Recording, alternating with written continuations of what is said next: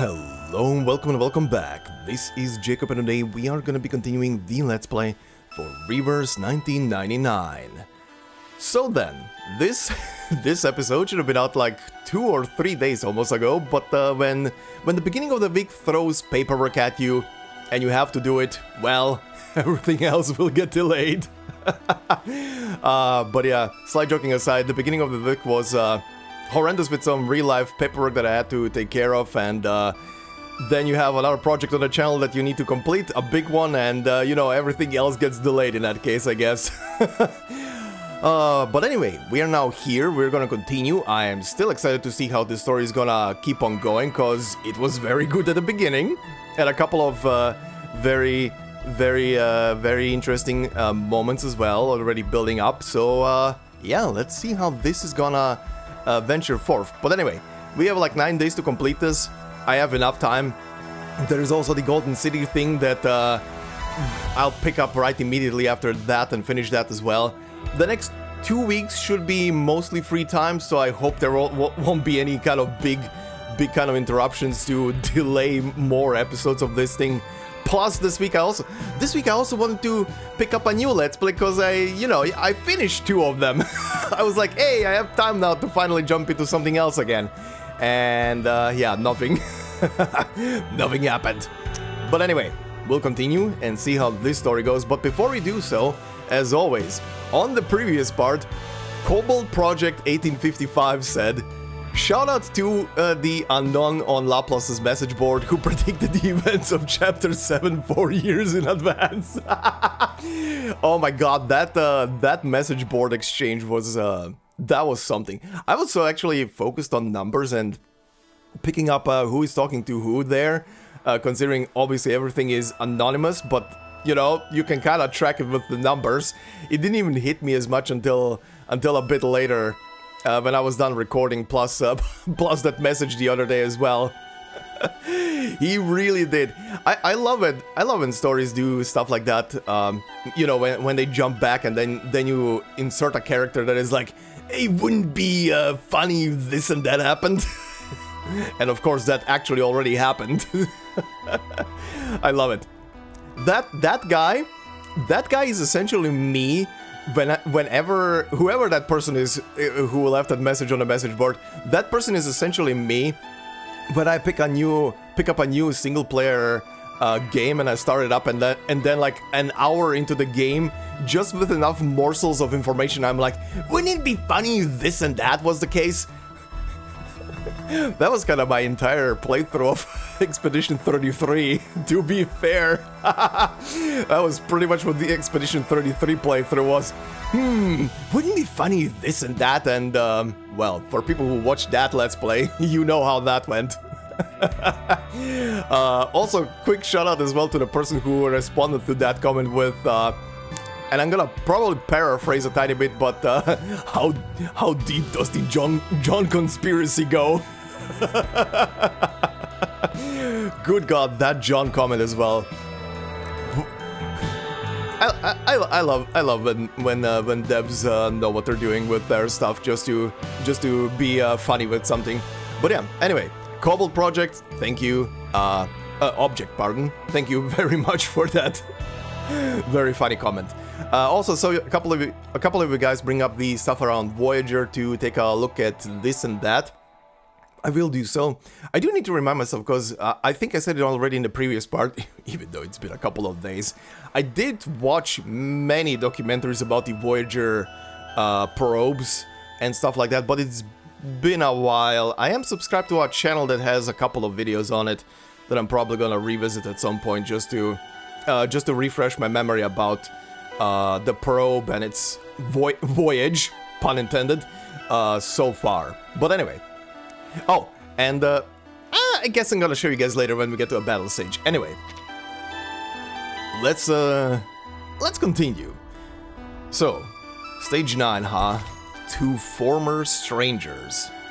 About the perfect moment to speak in defense of me? Uh-huh. I'm guessing the me is Hissabeth. Oh yeah, speaking of Hissabeth, considering that her banner is now long over, 1987. Placid's Cosmodrome 3 months before the storm. 3, 2, 1, cut. Oh boy, 3 months before the storm. We're And on a just so countdown. we're clear, everything went well as usual. Uh-huh. The video in this disc, to put it simply, is too much for anyone to handle. Uh-huh. Guess what it's used for? Go on, give me the most ridiculous answer you can think of. Bagels! A little tip. Think like a modern person. The development of technology allows us to save a lot of things as digital data nowadays. Uh-huh. Yes, it's a last record. A video is much more convenient than sitting down with a pen. I mean, sure. She places the data card on the table. It immediately draws all eyes. Pointer, do you want me to add your part to the video now? Or maybe later? Also, oh yeah, right, I was saying, considering that her banner is now long over, rip pulling, I was gonna pull like at least 1 or 2 more times before the banner runs out on the next video that I would record, and then that video never happened. Well, rip. There's gonna be another chance in the future to get Ouroboros. It will happen. But yeah, anyway, yeah, the Assassin's Creed stuff is happening very soon as well, so I don't know if the banner for the Assassin's Creed characters is gonna be like tied to the regular pull banners. I do have a guarantee summon, even if it's not gonna be tied to this. If it's gonna be like a special banner, that's fine with me. But well, whatever character comes next and I want to summon, I do have a guarantee summon now, so it will happen eventually. Anyway. Preferably never. This whole last record thing is your passion. Besides, I know nothing about material sciences. But you spent so much time transcoding the incantation. You simply must show up in my video. Please, I insist. We're a team. We shouldn't miss anyone's perspective, no? Yes. She's just shy. Even for her, long hours can wear things down. There's a trace of fatigue in her otherwise calm reply, a lag in her response. Super. Then let's take a look at our work so far and learn from our mistakes. Well, my mistakes. Pointer and I had been working on the teleport disk at the Placid's Cosmodrome. More specifically, our interim mission was to determine how to transport supplies to space stations and spacecraft using teleport incantations. The ultimate goal being to achieve stable, safe, and long-distance teleportation to outer space viable for living organisms. I mean, this is not a spoiler. You guys will succeed. We know that. One such teleport will be used to squish someone. Also, I want to say, I love that they're using this little like diorama thing that is usually on the maps or in like, I guess, trailers and stuff for an actual story moment. That's kind of cute. The project had been going smoothly until we received some bad news. Due to a policy change at Laplace, most projects in Placid's were being suspended. Uh-oh. Fortunately, the bad news was followed by a small amount of good. Madame Lucy said if we could send a monitor to space to collect data when the storm arrived... It's okay. It's okay. The figures are just sleeping. We'd be allowed to continue with our project. There we go. It was a vital opportunity to make our contribution to deciphering the storm. There were only 3 major issues to solve: manpower, energy supply, and determination. Determination? Oh. As you can see, the first 2 issues have been solved by our new members. Thank you all for your help. Especially our brave little astronaut. Yay! The plan is now simple. She'll fly into space, reach the required altitude, launch the monitor, and zero in on the correct coordinates. And then she'll contact ground control to come home. Okay, good. Don't make her into a Laika. Her arcane skill will protect her from any possible danger caused by pressure or heat in the vacuum of space. Okay. Then finally, she will activate the teleport disk, and we will activate our receiver on the ground. Ta-da! Everyone will arrive in Laplace's Arctic branch safe and sound to acclaim and accolades from all around the scientific world. Oh, I just noticed even the gecko is in the diorama. I didn't even see him there. Well, that's a simple framework of the plan. But we still have tons of minor problems to tackle first. Our top priority is improving the long-distance positioning accuracy of the teleport disk. We've already begun testing our latest prototypes. Okay. Though the last test didn't end well. Of course. We're still searching for the cause of that particular catastrophic error. But we won't let it stop us. This was no more than an inevitable roadblock. A small accident on the way to technological progress. I love that everybody's dead, besides Pointer. Weaklings. Hissabeth, if we are going to have any chance of learning from our mistakes, we can't run away from our problems. All right. That last test was a week ago. Same as the last time. Though we've made some improvements, we still need an intelligent creature to run the test. And I guess it'll be me again. Are you sure? Oh boy. Considering the danger and your value to the project, I think you ought to let me. How can I ask anyone to try my invention if I wouldn't use it myself? Now, what are you waiting for? Get to the safe zone. Oh, and remember to secure the blast door.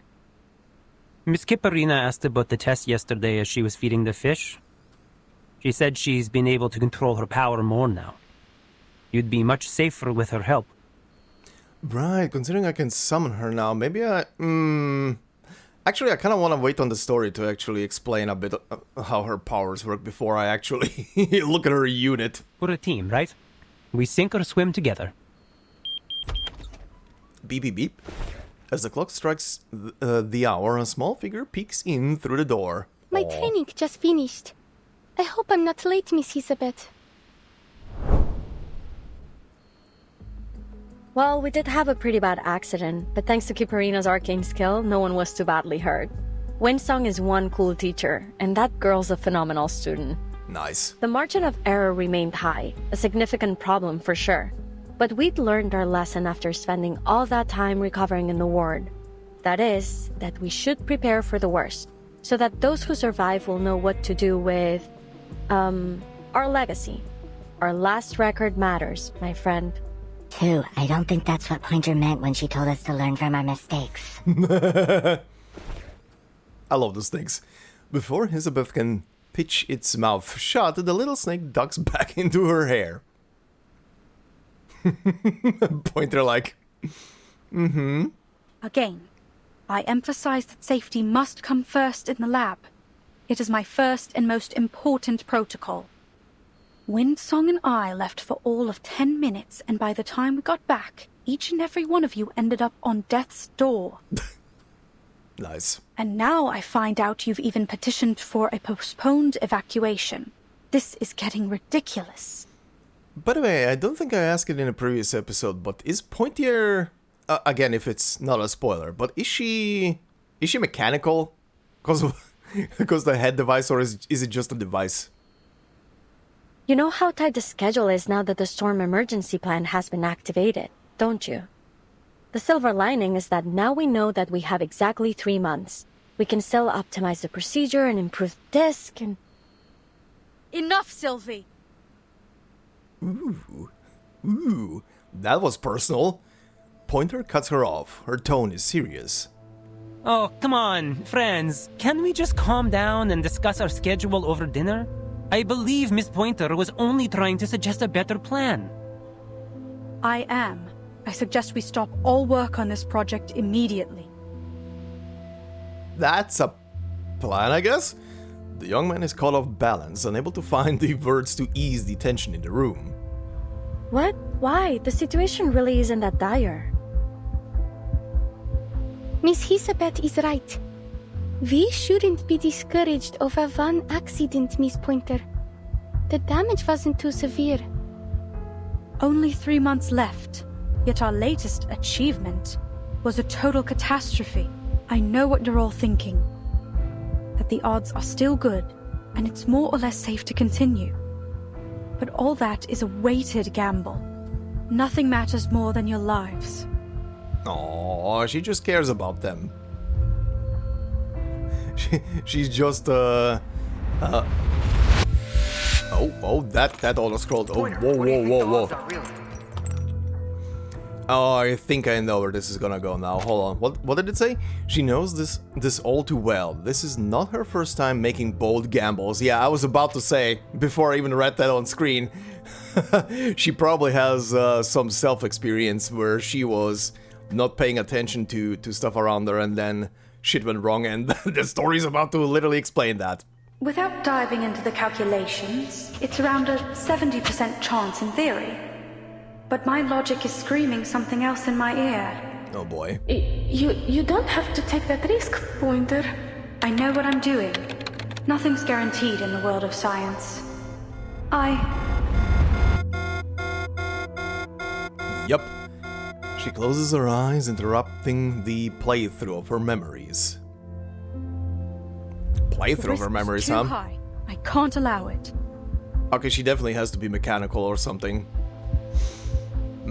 Okay. But it's like we always say, there's nothing guaranteed in the world of science. You never know before you take that fateful step. Such a firm, matter-of-fact statement. It sounds exactly like something the old Pointer might have said. My analysis points to a dangerous level of uncertainty in this project. The price of failure, even optimistically, could be much worse than a few days in recovery. There could be more permanent injuries. You could even... Yeah, she's just worried about her. She literally sees herself in her younger self. The storm. Also, where's Voyager right now? Everybody's in this room but Voyager. Pointer scan... Oh. You've seen how things... places... people just disappear in the storm. Pointer scans the room. None of them have known failure, not yet, and they shouldn't have to. You need to stop this insanity before that happens to us. Don't you understand? I really don't. Why should we stop? She thinks for a moment, then a spark of inspiration flashes across her face. No, you're right. We shouldn't pretend as if it's normal to risk our lives for this. At the end of the day, if we die, our research dies with us. Hey, that is reasonable. Good. But if something were to happen to the team, you would be the one to survive. That's why I want you to keep our records, to take down everything in case the worst happens. I mean, logical, but she might actually like you all, and, you know... Here. Pointer looks down at the data card. Machines are only capable of faithfully recording and replaying data. They can't interpret meaning. They certainly cannot understand the reckless choices of human beings. Those who come after might skim through the logs and learn how the team met, choose, collaborated, and parted ways. But what about everything outside the frame? The temperature of the lab, the taste of a restaurant's signature dish, the hesitation she feels right now. No device can preserve those details, only memory can. Some need to move forward, others need to stay behind. She doesn't look up and never reaches for the disc. She makes up her mind. And I won't submit this petition for you. I can't stand by and let you kill yourselves. Aww. I'm done. I quit. Oh. Wow. This was very personal to her. Oh. Now I kind of want to know more about... Oh, right. There was a battle, I forgot. Now I kind of want to know more about the whole... What the hell happened here? Also, what the shit is this team? Why is this team? Huh? This is very interesting. Oh, is this... No, it isn't a one-on-one battle, is it? No. What are you fighting here? Trainer, machine type 1, type 2, type 3. And immutable recurrence, okay. A training robot that holds all recorded deep sea environmental data. No one has yet danced in zero gravity, so this robot must serve as the teacher instead. Okay, the type 2. A training robot that holds all recorded extreme environment data. No one has yet survived the extreme temperature swings in a vacuum, so this robot must serve as the teacher instead. And the type 3. Training robot that holds all record data on literature relating to solitude. No one has yet endured the loneliness of the vast cosmos, so this robot must serve as the teacher instead. Okay, and the last thing, immutable recurrence. Tick-tock, tick-tock. It permeates in everything that moves or stands still, no matter its form. Well, that is telling. A withering age? Set in motion? Frozen in time, huh? LF narcotic taser? Offside warning, EM charged, okay. The type 2 suppression system alpha, I guess? Okay. Violation warning, deterring. Whoops. Highest deterrence, internal collision, sonic interference. Nice. Anyway, let me set these up. Oh, I only just now noticed that Kiperina here is fixed for this battle. But yeah, this is what I wanted to talk about later. Yay, promoted!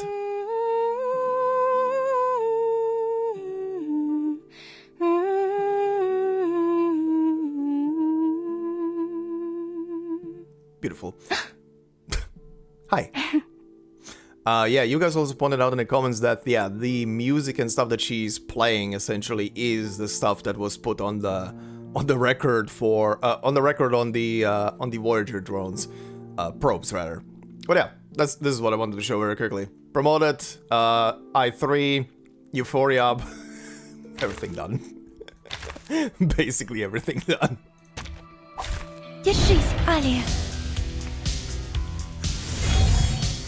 Alright, any story moments with this? No? Oh, no, never mind, we do. Miss Kiperina, your coordination training is about to commence. Perform the designated actions according to the guidance. Your performance will be evaluated accordingly. Close your eyes and try using your arcane skill to hit this robot here. Don't worry, they were built for exactly this purpose. Alright. Well, smack the robot, I guess. Let's see. The moment of silence. Is he gonna straight up just die? Nice. Loading.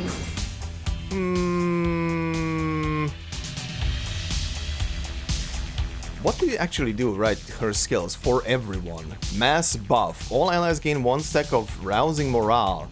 On odd numbered rounds, all allies gain an additional 1 stack of unsparring. Oh, she's a buffer? What else is hers? This one. Colors from space. Mass attack. Deal 120% mental damage to 2 enemies. On even numbered rounds, deals an additional 50% mental damage. Okay, well, in that case... Or maybe take a deep breath. Deep breath. The moment of utterance. When you're idle for a long time and the camera starts like panning left and right, the character on the most right just disappears. It's not helping that she's so tiny. Okay, let's use this and sure. I've got your back. Ready? Benefit from reading. Oh god, a bit too powerful. Oh god, a bit too powerful.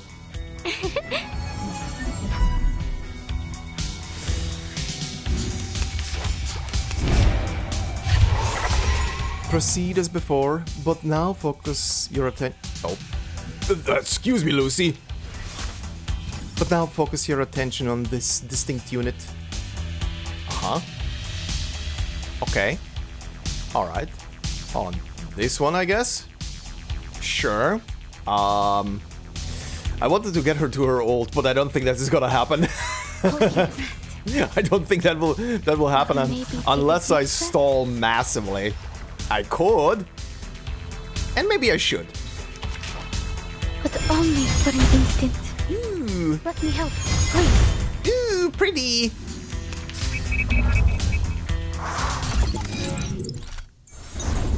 Watch Shell out. damaged.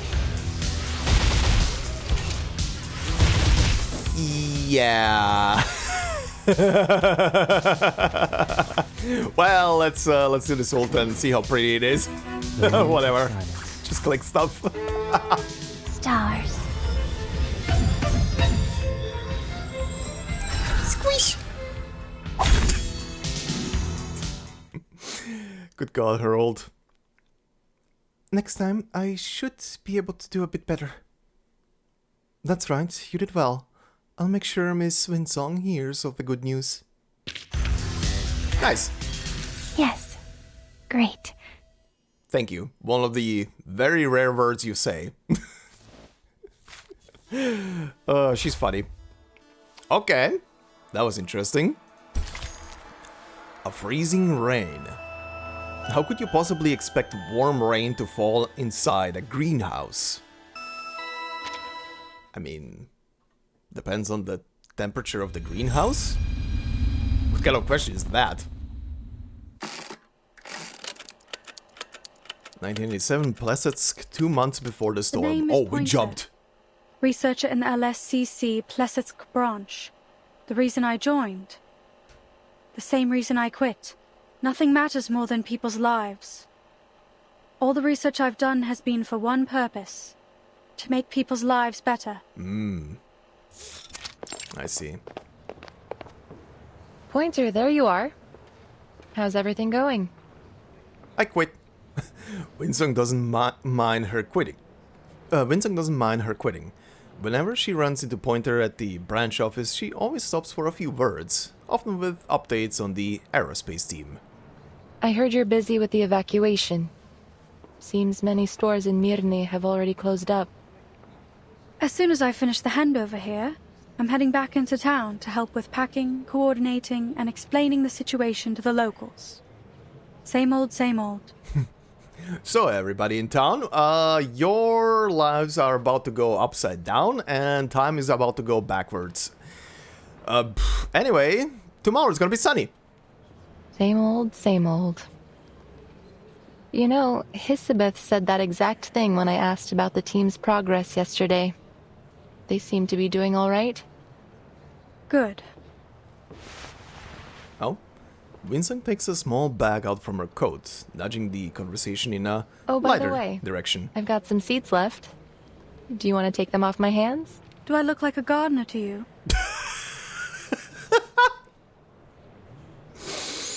No, but certain parts of your entire getup could be used as tools for gardening. Anyway. Well, it's just that I heard from a few people here in Mirny that a Laplace researcher was giving out sunflower seeds. And it wasn't me, so I've been wondering just who it could have been. Ah. Don't you want some? Seriously, everyone loves them. Oh, come on. Stop pretending that you're such a frigid person. On the day Pointer left the Plesetsk Cosmodrome, she handed out these seeds to everyone she passed. There we go. What was she thinking? Maybe she just wanted to break all ties to stop herself from turning back. She keeps this bag, saving it for the right moment. Thanks. So, who ended up signing the application? Hissabeth will, when she goes to collect the monitor and report our research to Ludwig. She says it's more likely to get approval that way. They don't know when to stop, do they? They don't know the meaning. No? Stop. If the fish get startled, then they won't eat anything. I see, Miss Hissabeth. Oh, she's feeding the fish. She sprinkles the fish food carefully over the water's surface, hoping these fragile little creatures might cling to some instinct to survive. I finished a full inventory check. There's more runium left than we thought. Now, where should I put these useless old files? I was thinking we could use them for draft paper. Maybe you can turn them into a knife or something. A knife would be more useful at this point. You know, to cut fruit or whatever. Actually, that card there on the table would work better for that. Why is that? It's all about the material. Metal makes a better edge than paper. Never quite understood why you made them like that. Oh, I was testing out a new alloy. I used it to make wind songs and pointers cards. It gets harder and sharper when heated. Give it a rub with your hands and you can use it as a letter opener. Huh. Their words trail off. They've been trying not to bring up Pointer's departure, to pretend like everything is still just as it was. The ritual still isn't stable enough. We need a specific location or area to set as a destination in advance. But first, we need a way to pinpoint a recognizable area. The formula should be... Miss Windsong sent me a message. She said, don't forget to collect the monitor. Oh, she sent it to you too? Tell her I said thanks. And I can't really decipher what the hell is written on this paper. I'm just looking what they have written there right now. And how it's structured. Interesting. Okay, yeah. I mean, makes sense for a ritual like that, for a teleportation to be able to, you know, properly work, to have the destination somehow locked in. No, that number doesn't look right. I tried my best, but those arcane minerals you were asking for are scarce as all hell. I haven't been able to find a single supplier. Then we'll carry on without them. That's it. Nope, wrong again. Pointer was the master of numbers. With that brain of hers, she'd have had this over and done by now. Can I introduce you to another master of numbers? I know it's a couple of years too early, but... A sound from the corner of the room draws her attention. Voyager is stacking pieces of mineral shards into a wobbly tower. I was wondering earlier where she is the entire time. What if she is gonna solve this mathematical issue? Or the teleportation issue in general. In the lamplight, the peak sparkles, strangely mesmerizing. Careful, don't hurt yourself. They're more powerful than they seem. Voyager nods with a vague but accepting gesture, and Hissabeth turns back, ready to refocus on the data. But the fragile silence is broken, and other words spill out. Miss Hissabeth. The little would-be astronaut walks over and stands beside Hissabeth. It's rare for her to approach so closely. I have a question for you. Sorry if it's not a good time, but it's important to me, and it's something I hope you'll answer honestly. Startled by the coming topic, Nameday broke the fish tank accidentally. What? He scrambles to scoop up the spilling fish from the floor. What? Dude! The fish! Sorry, ladies. Please ignore me. I'm not here, and I didn't hear a thing. You dingus! Но если я заплачу, мисс Киперина, умная молодая девушка, неудивительно, что она быстро во всем разобралась. Вы согласны? Oh, sudden Russian, what the hell? But if I pay, Miss Kiperina is a smart young lady. It's hardly surprising that she'd be quick to figure things out, don't you agree? Huh. Hissabeth looks down at her. The upturned face is young, but so very determined. So, what's your question? Miss Pointer said something before she left about places and people disappearing into the storm. It's hard to believe that she would ever give up on our mission. Unless she knew the price of failing was truly horrible. Then the storm can't just be some normal kind of natural disaster. This storm will destroy everything. Won't it? She doesn't even know how long that question has sat in the pit of her chest. In her glass marble eyes, Hissabeth sees a brightness welling up. Interesting. Did they not yet fully explain to her how the storm works? I guess they didn't. She doesn't know how to respond, but silence can be an answer too, and the girl understands.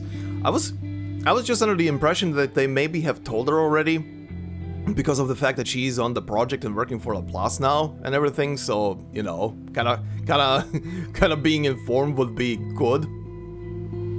All the people we know, all the bears, birds, these fish, everything, the lost future that you talk about.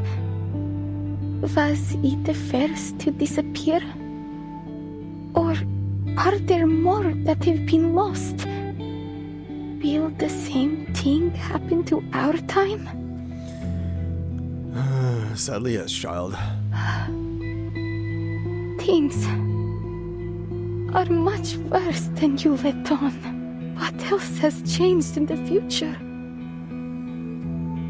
The light in her eyes never fades. Not completely. Kiperina has long understood that tears won't change anything. Many things changed. Some things won't last nearly as long as people think they will. For you, the world might seem to have turned upside down, but life will go on. Pointer is gone. Winsong has her own geological surveys. Now everyone that's left seems to be looking to Hissabeth for answers. She tries to choose her words deliberately, but she has hardly ever been comforted, so she doesn't know how to comfort others. So, now that you know what's at stake, are you ready to officially join Laplace? I'm afraid there is still a great deal I cannot tell you until then. Many of the answers you're seeking are classified, for employees only. Ah, okay, I see.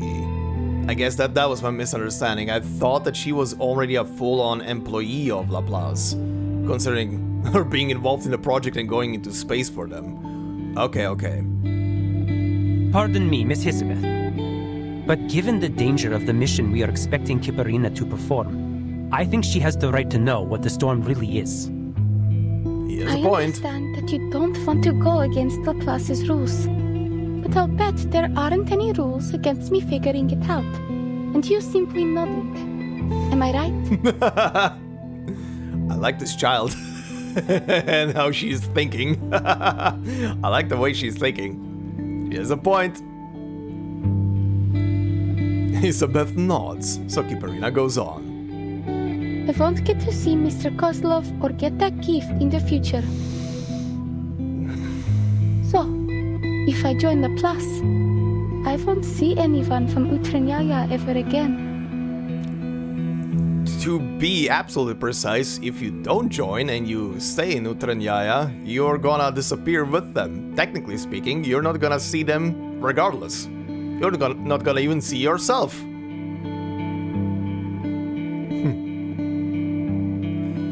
She hesitates, but at last nods again. The choice is yours. I won't force you to do anything. Remember the day we first met in the restaurant? I said I would write you a recommendation. I was serious. I still am. In fact, it's already done. Winsong has signed on to it too. Damn. And our Foundation friend behind you is prepared to offer another guarantee, just in case. We will make a recommendation for your friend Voyager as well. But that's all we can do. I'm afraid we can't protect everyone. Nor can we make this decision for you. Do you want to keep going? The question isn't just for Kiperina. If they recover the data, if that data is any good, maybe someday no one will have to worry about the storm ever again. But what if they put their lives in jeopardy and gain nothing from it? If you don't, you'll be allowed to return and accept what's to come. But if you join us, there is a chance to change things. That is her answer. The only answer she needs to keep going.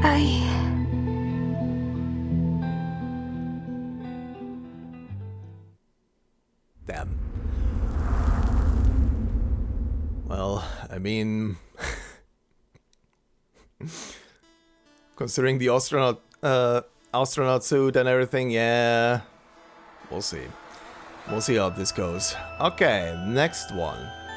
Poems come by chance. Oh, this is another big stage, huh?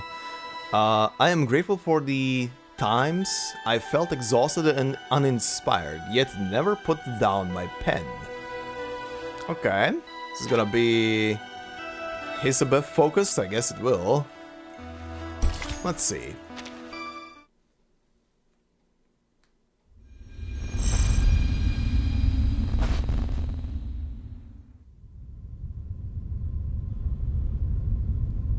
Silence's weight, like sand piling layer on layer on one's chest, eventually it can suffocate. The sobs barely register. 2 or 3 snuffed out before they can burst. I feel complete my mission. Oof. She speaks with clarity, as if making a solemn vow. And if I successfully come back with the data, I'll consider joining Laplace. Huh. But I can't make a decision now. I need more time to think. I will stay until my job is done. You don't have to worry about that. That is what Mr. and Mrs. Kozlov and my friends in the circus would all want. It is the right thing to do. If you'll excuse me, I should return to my training. I'll see you later. She's already on the move before the last word is spoken, leaving behind another layer of suffocating silence. It doesn't take long before someone else tries to wriggle out from it too. Us too. Need to double-check the warehouse inventory. Might find something useful. Wait, haven't we done that already? Those... Alright, we'll let you know if we find anything. They leave the room one after another. In the corner, Voyager seems entirely unsure of what to do. Join them if you want. I have some unfinished business.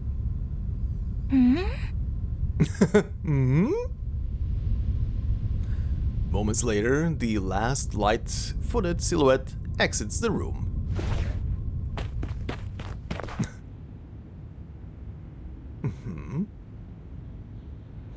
The familiar gold glint rests at the far end of the hallway, her head lowered against the wall. Voyager tries to approach but hesitates, stopping mid-step. She looks around to make sure the hallway is empty, then lifts her violin onto her shoulder. Aww. Alia! Aww.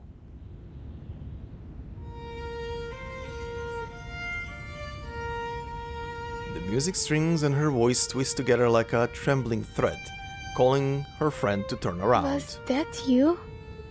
Did you just say my name? You weren't out to... As she sees those flickering sparks, her voice falters. Shh. Don't tell the others. Then in a heartbeat, Voyager resumes her usual appearance. Stars. Good. Alia. Happy. Aww. Hissabeth has the office to herself for once, but the progress she has hoped would come to her is still elusive. After yet another failed calculation, she sets her pen down and reconsiders her goals. These calculations need to be finished today. The teleport ritual requires the caster to recite the location. It could be understood as calibrating in a way. Let's continue with that thought. The destination must be preset, and the ritual casts through incantation. But the further the distance, the harder it is to stay on target. If only there were an arcane reaction strong enough and unique enough to calibrate to. It's only then that she notices the strangeness of the moment, which is abruptly broken by the arcane energy monitor as it lets out an ear-splitting alarm. A blinding light flashes across the entire screen, then cuts out. The instrument's detection radius is small, barely beyond the nearby hallway. What happened? Oh. She narrowly avoids a full-on collision. Luckily, she catches herself using the girl's shoulder. Collision, what was it? She narrowly avoids a full-on collision in the doorway. What happened? Are you alright, Miss Hissabeth? Was that you? Did you cast that arcane skill just now? No, those energy levels were too high for you, beyond most Arcanists. Who was with you just now? Oh, she detected Voyager casting her stuff. Oh. Voyager. She was just trying to make me feel better. Did it interfere with your experiments? I apologize, Miss Hissabeth. I promise it won't happen again. She just left. If you want to find her, I'll go with you. Are you saying she was the one that cast that arcane skill? Yes. It was so pretty. It was like a neutron star. Okay, that's had a shiver down my spine. That's a neutron star? It's obvious that the concept is beyond Kiperina. She tilts her head expectantly. Oh yeah, right, there was a comment. God, it's been a couple of days because of the delay of recording and everything. Where I read the comment, I do remember someone saying, or maybe multiple people actually saying, that Voyager's power levels are kinda crazy out there, in lore as well. It's a type of highly magnetized star that emits powerful beams that can be traced to show us its precise location. We call them the beacons of space. Such a strong arcane reaction would be so bright that it'd be trivial to locate even from an extreme distance. I don't know much about space, but it sounds like the difference between finding a star in the sky and looking for the sun. But then the universe is also very big. I imagine if you were looking from far enough away, even the sun would seem small. It would be just a dot. Mad, I'm afraid you're right. When comparing all the stars in the observable universe, our sun is far from the largest or brightest, only the closest. We can't assume proximity in our case. I mean, yeah, that's the case. Our sun is kinda amongst the smallest ones compared to what else is out there. But then, there's still got to be a way, no? Capturing the fleeting aura, she propels a new train of thought forward. Before the storm arrives, the levels of arcane energy in all affected areas will be greatly amplified. But what about places that won't be affected? Yeah? Perhaps then the trick will not be to look for the light in darkness, but for the darkness in the light. Like finding a dim bulb in a string of Christmas lights. Nice thought, yeah. Hissabeth places her hands on Kiperina's shoulders. If that's the case, I can adjust the portion of runium in order to focus the disc precisely on placets. And makes a promise. If this works out, then I guarantee you will arrive home safe and sound.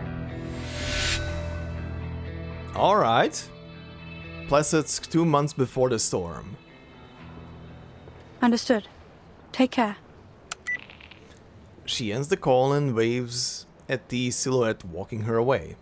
What are you up to? I've been communicating with the garrison in Mirny. They've picked up some abnormal critter activity during their patrols. Oh god, critters again. But yeah, that was a neat little like brainstorm moment. There, or rather, the usual type of coincidence in anything science related, especially in stories, when you're stuck and then suddenly someone does something completely random and you have like that flash of inspiration of how to solve the issue, right? But okay, interesting, huh? Another batch of residents is set to evacuate too. I'll head over to help them shortly. What about you? Your geological survey? Are you staying at the branch, or will you head back to HQ? Haven't found anything that's worth digging up yet, but I've decided to give it another try. Should be back here in time for the evacuation. Though I'm hoping to stick around for my little apprentice. She said she'll only give us her decision on joining Laplace once she's back from her mission. I can't wait to hear the good news. You still pretending not to care? My concern, whether it exists or not, will have no tangible effect on their results. I just hope they don't kill themselves for nothing. Hissabeth is planning a final teleportation test the day after tomorrow. I'll be observing from the meeting room. You know, the one we always use upstairs? Early in the afternoon. I'll likely be in Mirny by then. A brief silence follows. In the pause, Winsong deftly shifts the topic to the conspicuous glass tank in the crowd. Hey, Ulrich. We meet again. Hey! My man! You look even worse than when we last met.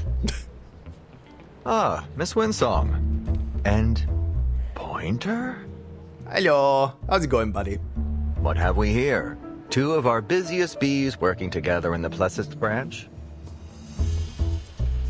Pointer has no idea while Ulrich looks even worse. His expression as ever is nigh unreadable, so she simply nods to him. I would say Winsong is probably reading the ley lines around him or some shit like that. She can see what others don't. So when is this humanitarian vacation of yours over? Any interest in sparing a little time to watch something fun? If by something fun you mean Dimitri's party, then thanks, but no thanks. No, not that. I told you about it before. Hissabeth's teleport disk experiment. Ah, yes, that one. You know, word of it is already spreading through HQ and all the other branches. And? What's the impression? I wouldn't categorize it as good, but it has certainly become a contentious topic. At least one of the bigwigs is supportive, Madame Lucy. It seems she intends to keep our experiment going either way. She even invited a prominent string theory researcher to HQ. As I said, even if we don't get the results we hoped for, the work itself can be illuminating. The silent researcher at last offers a wave to attract the attention of the room. Excuse me. I have obligations to attend to. Let's talk again later. She walks off, leaving Ulrich and Winsong to watch her as her figure passes into the hall and away. Oh, also, I keep forgetting to say this, but Pointer's way of speech and the like very little like how to put this, very little showcases of any kind of emotion are very Vertin. Vertin has kind of like the same cadence when she's speaking. Several minutes pass, then Winsong gasps. Bean, I forgot my badge. And Pointer's gone. How am I supposed to get back to the lab? Sorry, Ulrich. Do you mind walking me back? By the way, you didn't answer whether you'll be at Hissabeth's experiment. Oh, Ulrich. Nice to see the guy. Okay, to be continued. Battle stage, right? What was on this?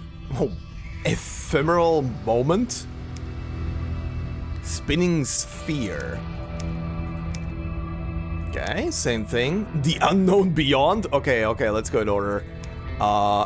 Ephemeral moment. It is a flowing river. It is a spiraling galactic arm.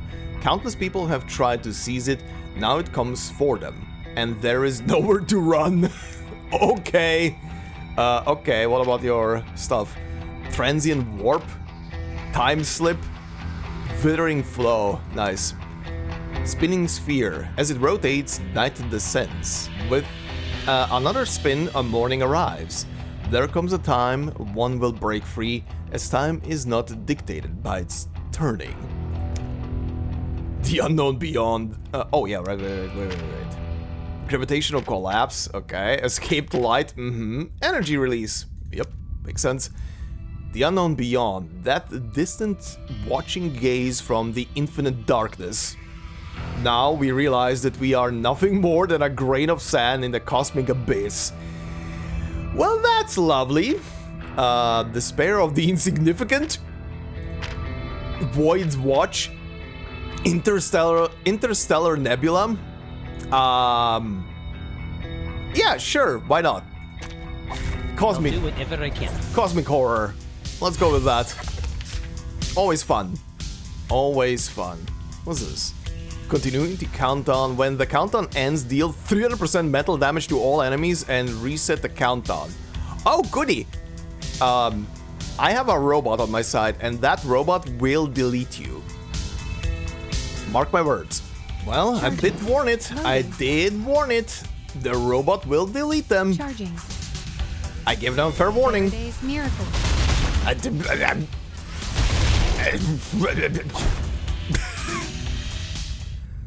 Perhaps even the stars in the cosmos have songs to sing too. And now to return to my long-term mission. I mean, technically, you could probably arrange the pulses and signatures that stars give into a melody. Actually, isn't there a principle already to do that? What's this? To Camille. Literature may be divided into countless intricate Am I having a stroke right now? Intricate schools, yet what it ultimately conveys is remarkably simple. Open the letter. Dear Camille, how long has it been since we last spoke? The long tug of war with the cold drained all my energy. Only today did I manage to warm up enough to dip my tail in ink and write to you. Sylvie is doing well. Maxime and Alexander always help her think in parallel, and Monique, as usual, keeps things under control at critical moments. Serpents has been showing... Oh, that's an actual name. I was like, Serpents? Serpents has been showing more and more signs of thought lately. I think it's only a matter of time before he speaks. Helen is sleepier than ever, staying in heated rooms around the clock. As for Chantal and Pierre, they're the same as always. And me?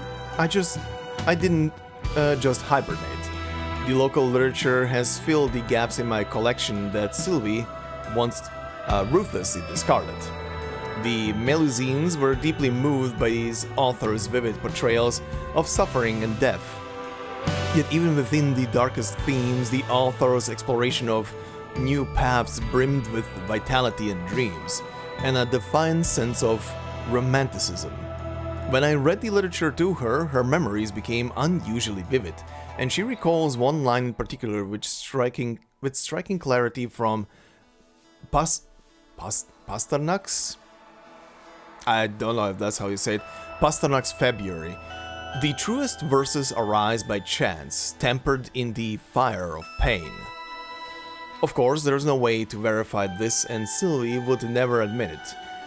But I believe she's the most romantic in our family. Or maybe the second most, after me. I wish you were part of the dubious family too. That way, you'll truly understand what Sylvie's memories feel like when she sees a shooting star. I truly hope we can talk about all of this someday. Maybe after Sylvie's little challenge is complete, you could visit Plasetsk. I promise Sylvie and I will both be warmly waiting to welcome you. Your dear friend, Estelle. That was the name of one of her snakes, right? Of one of her many siblings, I believe. I have a terrible memory for names. I think that was one of them. Concerto. Hissing snakes, crackling sparks, measuring tapes, a crow, and a glass fish tank. A mess, but full of life and sound. Okay. Ulrich is here now. Vinsong is here now. A random robot. And I guess a presentation on the teleportation disc. Well, let's see how they did it. Did they did it? Did they figure it out finally? 1987 plus its Cosmodrome 2 months before the storm. Hissabeth did have a eureka moment there a tiny bit, so hopefully that helped. There's not much difference in the lab today. Even though the others had tried to tidy up the clutter, any attempts at organization are doomed to fail here. Hissabeth pushes the last stack of files to the corner of the table, then steps back to survey her work. I'm ready. Remember to stay within the safe zone. The medical team is helping with the evacuation, so we need to be extra careful this time. Miss, Are you sure I shouldn't be the one doing this? I've mastered my arcane skill. I'll be able to protect myself. No. Look at all the files here. They might give you a paper cut. It's an unacceptable risk for our astronaut. Even the slightest abrasion could explode under the pressure of liftoff. I mean, there's a lot of G-forces there. Yeah. No need for concern. We've done the simulations and cross-checked the data thoroughly.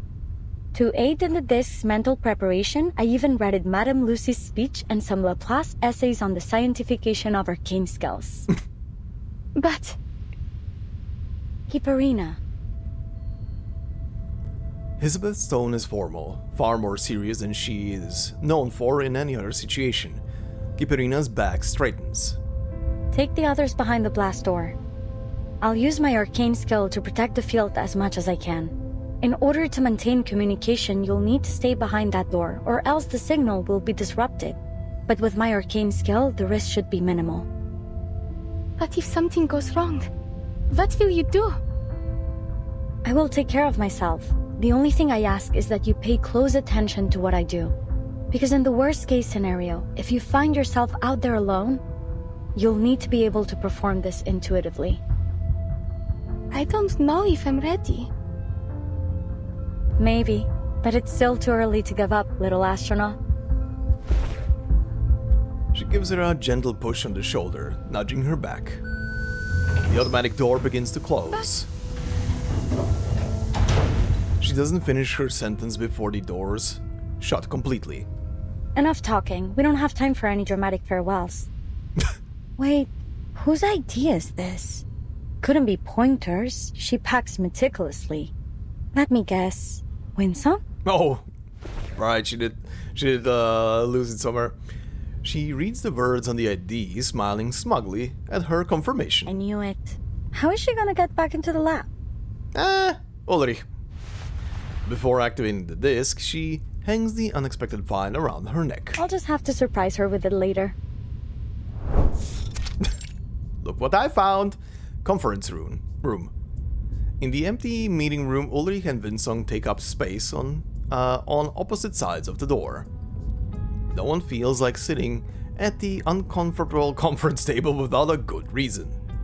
Where would you place their odds?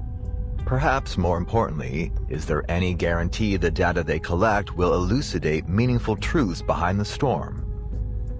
You know as well as I do, Laplace hasn't mastered the art of prediction. We don't offer guarantees. Besides, maybe our demon already knows how this all ends. But I'd rather not. Personally, I hate spoilers. Hey, me too! As do I. Hey, ditto. Ulrich shrugs, about to continue the conversation by mentioning a neat bit of tech he's recently looked into, when a strange but familiar voice cuts in. Slackers! Slackers! Yes, I've found the room. Thank you. Uh-huh. Ulrich's voice modulator stutters for a moment before finally spitting out the name. Is that Adler? Oh god. Mr. Ludwig? Vinsong looks stunned. Ulrich, clearly confused, flashes a giant exclamation mark. I love that the ferrofluid in there is just always making some kind of picture, I guess, or objects. The raven perched on the monitor's head tilts its own in curiosity. I'm glad to see you're so devoted to our research, and I thank you for your hard work. Aha, Ludwig, in quotes. I'm here to deliver the storm monitor on behalf of Madame Lucy. Given our lack of resources and time, we were forced to modify an existing device to perform as our monitor. Buddy, I hate to tell you this, but you're kind of losing your stuffing. It was originally a robotic assistant, something to set daily schedules and work reminders. You already noticed Adler's voice. It's synthetic, of course. His colleagues originally developed this machine for him as a humanitarian gesture. It was trained to mimic his voice, an attempt to keep him social.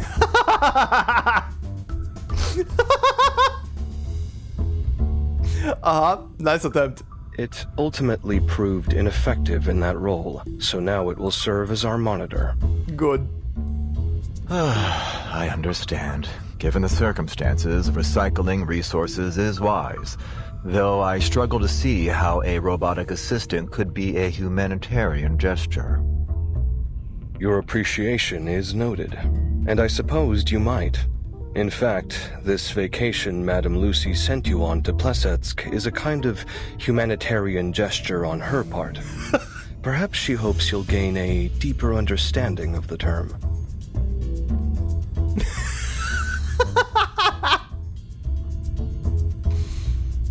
The Raven, pleased with the silence, offers no further input. Vincent taps a few times on the monitor and smiles at her new discovery. Mind if I take a closer look? Wow, there are a lot of voice packs programmed into this thing. How to temper steel. Madame Lucy's voice, I'd bet. Uh-huh. And then what else is here? Sweetheart? The superstar? Oh, and Sputnik 1, too. Sputnik! Warm and fluffy company. Who could that be? Oh. Critter. What a waste of time. Why would a monitor need a critter's voice in space? Ha! Maybe they just put it in for fun. Yeah. It could be useful to relieve a little stress. Oh, perfect timing. Hissabeth has entered the testing grounds. Field report. I activated the disc, but it's not working. There must be an error in its incantation. Oh, the indicator is red. So then it must still be accumulating arcane energy. It may be calibrating its position within the range I set. But what about all this excess energy? I worry it might not just transport me, but half the office. Any last words? If you explode, I call dibs on your fish.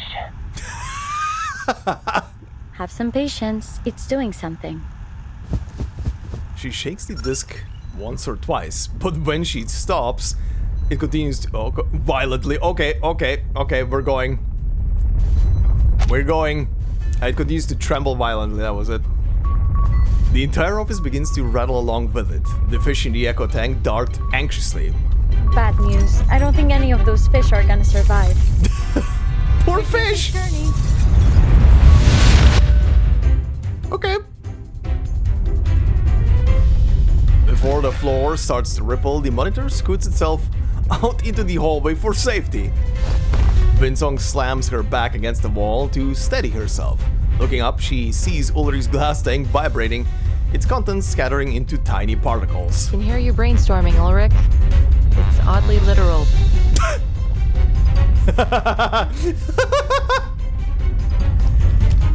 The sound of shattering glass immediately has Vinsong turn to her colleague, confirming that Ulrich is still secure inside his case. The noise appears to have come instead from a fish tank falling and... Hey, what's up? You know, Hissabeth, there's gentler ways to make an entrance. Uh-huh.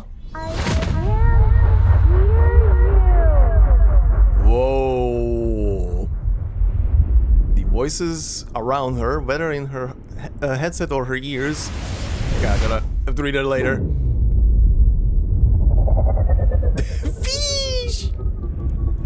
Fucking Ulrich.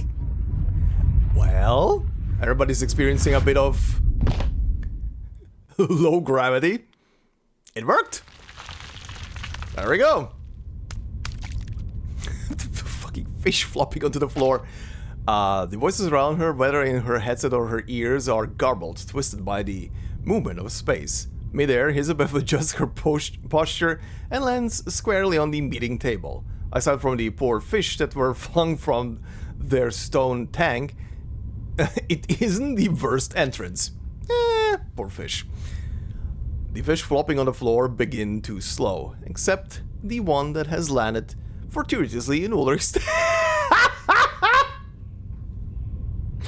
Oh no! Can it survive in there? Poor fish. I attempted to turn my aquarium into fireproof ceramic to keep it safe, but it looks like it just made it easier to shatter. Wait! Mention of her arcane skill triggers a panic. She glances down at the object she'd been handing to Windsong. It's heavier than it should be. This must be Laplace's first ID badge with a ceramic strap. Uh-oh, I forgot about this. Luckily, it didn't affect the card itself. She blinks, letting the shimmer of her keen skill fade. That's a unique design. Thanks. It might make for a nice conversation piece. Ulrich is busy saving the poor fish swimming atop his head, dropping it back into the tank. Congratulations, Miss Hissabeth. I was kind of hoping that they're gonna update his model just for a brief moment with a fish just going in circles in there. That would have been hilarious. Your results appear more than adequate. Indeed, you have exceeded my expectations. Is that stuffy office talk for good job? Merci all the same. Congrats. So does your success here mean my lovely apprentice has a chance to land back on Mother Earth safely? More than a chance now. Though I'm afraid the adjustments we've made to the process will be impossible to replicate at scale. Nonetheless, you've convinced me. The Raven rolls toward them on its mechanical perch. Your application for delayed evacuation is approved. The cheers in Hissabeth's headset reach her before she finishes processing the words. But I haven't even submitted it yet. Well, you may submit it now. Alright then. So, that's why you're back here with that torn-up application form? I gotta tell you, it's impressive you managed to piece it back together. All eyes fall on the thin sheet of paper held together with tape and barely legible. At least I learned something from it. Don't teleport paper products without a protective sheet. This seems so close to success. I will keep training. I need to stay at my best for our launch day. Hell yeah. Voyager taps Kiperina on the shoulder, doing her best to express her opinion. I know. I won't push myself too hard. Thanks, Voyager. We don't have much time left. Remember to rest too while you still can. I just remembered that one of you guys in the previous comment section, on the previous episode that is, said that Laplace hired Voyager to be on board just as Kiperina's emotional support dog. Sorry, that one had me laughing. You should take a day off. Consider it a celebration of our successful experiment. Actually, I believe Miss Hissabeth already has plans for me. We still have a lot of work to do. Kiperina holds her stare on the pondering researcher, expectantly seeking her input. Plans? Yes, that we do. I need to train you to use the monitor. You will have to confirm the final coordinates on the disk and be able to perform the final safety checks before launching. Oh, I think it may be necessary to implement a particular procedure that Ludwig mentioned. A humanitarian vacation. Humanitarian vacation. Yes. You guys also need to make peace with Pointer. Alright, nothing extra popping up. Good. Let's see about the next thing then. Wherever spring stays. Oh, this is an interesting background. Are we already getting to the launch? Oh, wow. Okay. Very nice. That is a lineup. Literally only Pointer is missing right now. I have seen many kinds of flowers in small towns, in laboratories, on hurried journeys. They bloom so well and so fragrantly. Mm-hmm.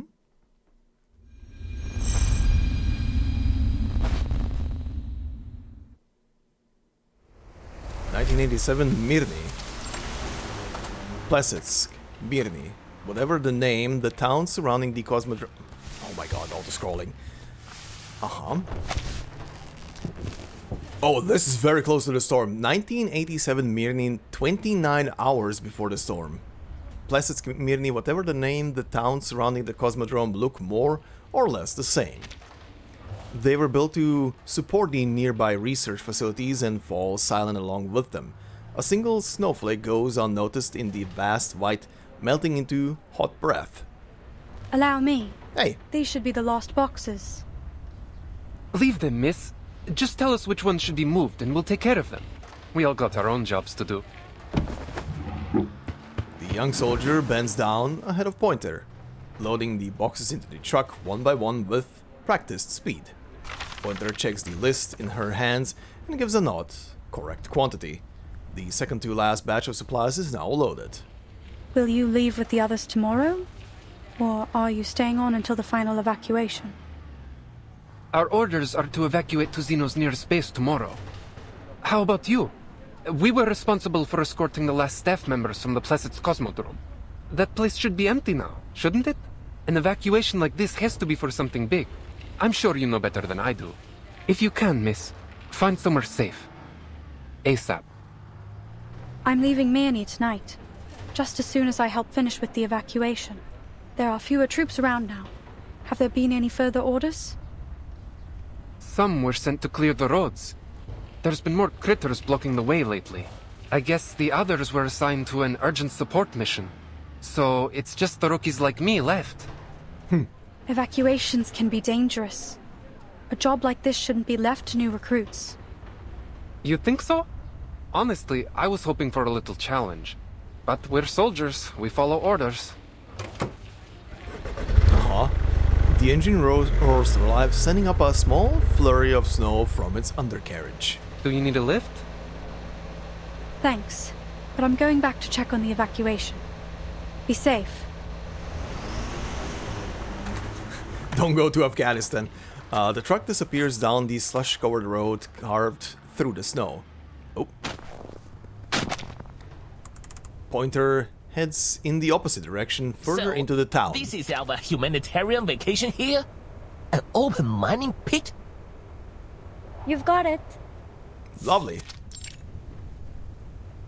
Mining pit Mirny. It's nearby and easy to reach. I can't see a reason why we shouldn't come check it out. The only problem is I got the timing a little off. But just you wait.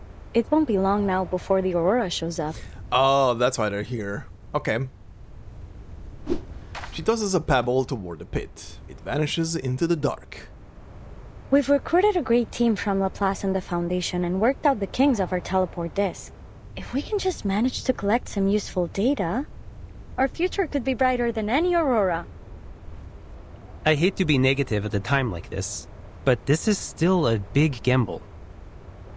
But we want big today. Didn't you join us to bring about a better future? Just think. Our achievements on this project could pave the way to a promotion or at least a transfer. Don't try to butter me up with promotion, dog. Anyway, it's bad luck to talk like that right before a mission. Worse than bad luck, it's cliché. Strangers coming together to do great deeds, risking mortal peril for the good of humanity. Now, just before the climax, we'll start talking about their motivations and backstories. The self-awareness right now. He's killing me. Yes. That's how it usually goes, and then another obstacle will come in the way, and then we overcome the obstacle right at the end. All to give the story a twist. When someone bites it in the last act, and then the whole gang is haunted by their last moments of peace together. Oh, he went darker than I expected, okay. Oh, there's a theory about that. What is it called again? Right. Quantum entanglement. Oh god, quantum entanglement. Let's oh god, let's not. Where I'm from, there's a book called I Ching that has a similar idea. That the things we do are mirrored in faraway places.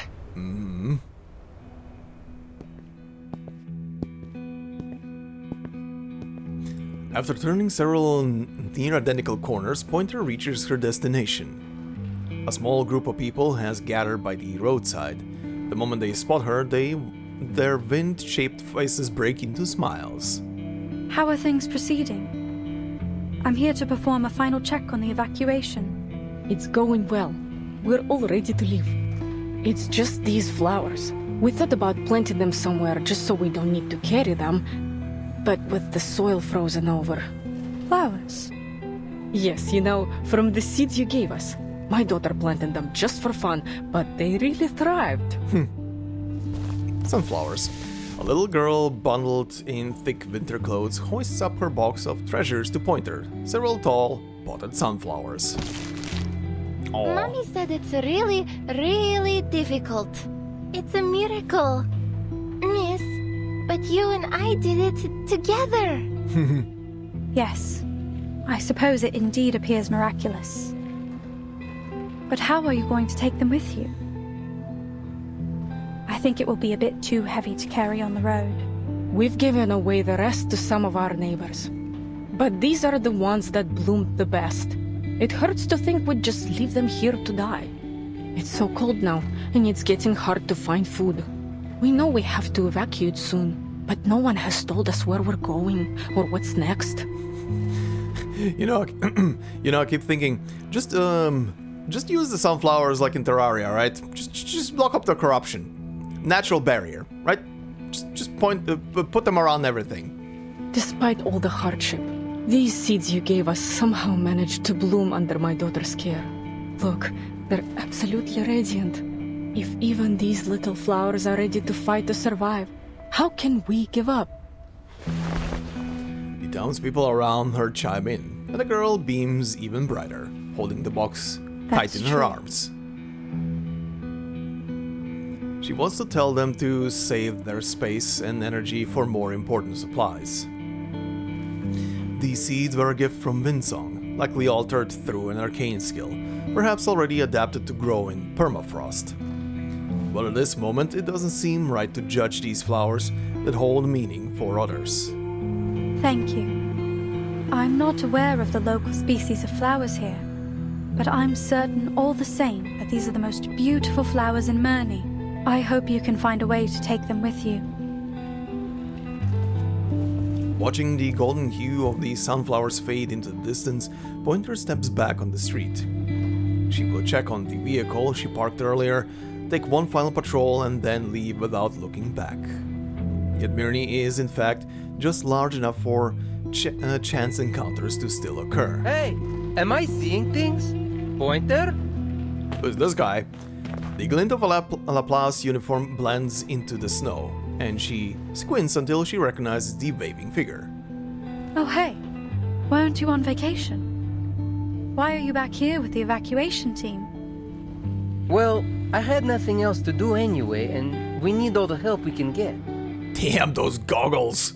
Did you hear? There's still a team at Placid's. Ludwig even approved a delayed evacuation for them. I guess they're planning to stay to the very last moment. Can you believe that? Ludwig actually approved it. They are going to stay in the Cosmodrome? Are they gonna teleport themselves out of the Cosmodrome to a Laplace facility or something? The news is nothing like she expected. Her voice rises in shock. Unbelievable, right? That takes a lot of guts. Who would have guessed we had people like that here at Laplace? If you've got time, maybe you should go check on them. See if you can talk some sense into them. He aims to pat her shoulder, but considering her mechanical components, he lowers his hand halfway. Anyway, I have a street of houses to check one by one for stragglers, so I've got to get back to it. Oh, it's freezing cold out there. Don't forget to check the components. I'll catch up with you when we get back to the branch.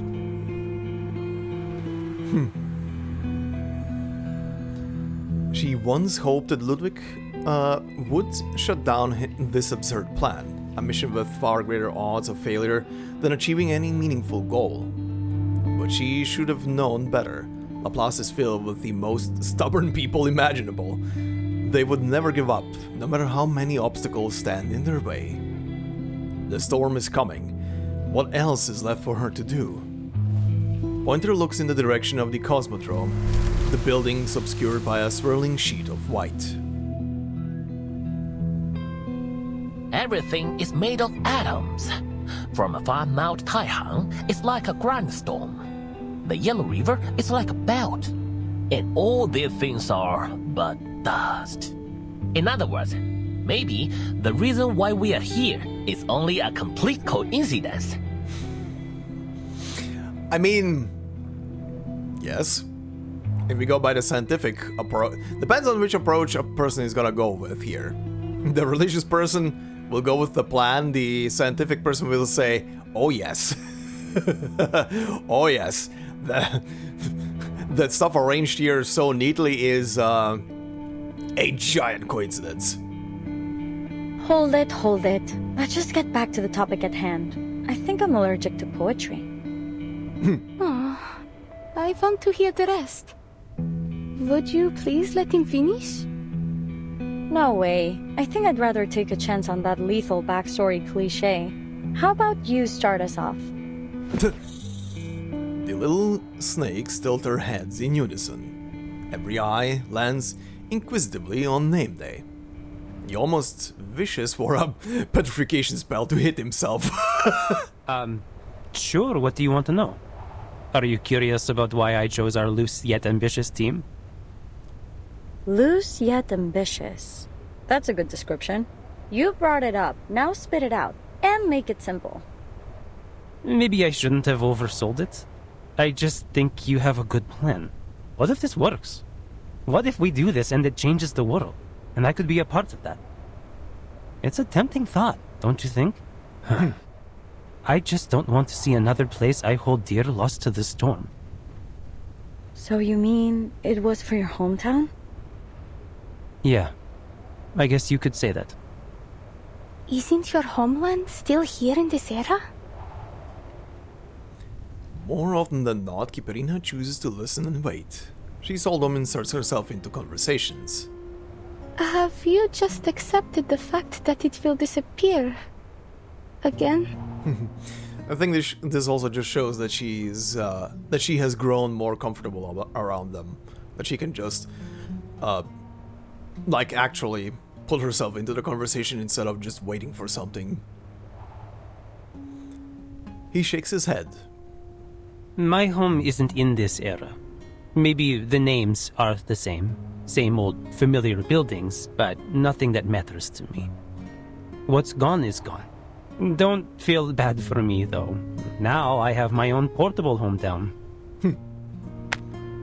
He raises a finger and taps the little ornament dangling on his ear. Hey, I always figured you kept that around in case you needed some quick cash. You know, like those pirates that had coin earrings. Oh, no, my brother said he would kill me if I gave this away. It's meant to be for the last living child, a family heirloom of sorts. If I lost it, I think my family would crawl out of their graves and haunt me. If they had graves. Still, if I was in dire need. Family. The word stirs emotions in all those listening. Kiperina lowers her head, trying to hide her expression. Alia family? Aww. She points to the ground, doing her best to respond with the words she's learned, even if the meaning is slightly off. No, Voyager. This is not my family. They're in Utaniaya. These are my friends. Aww.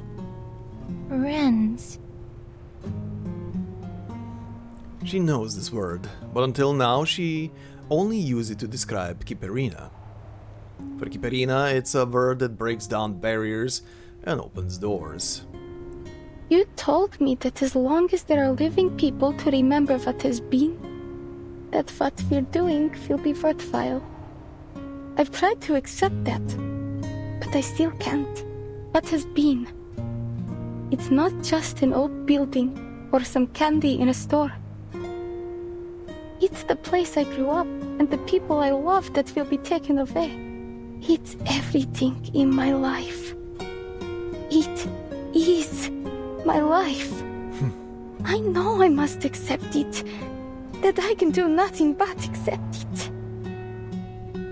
But how can I ever accept it? Oh. Another long silence. Everyone standing here has a reason to keep going.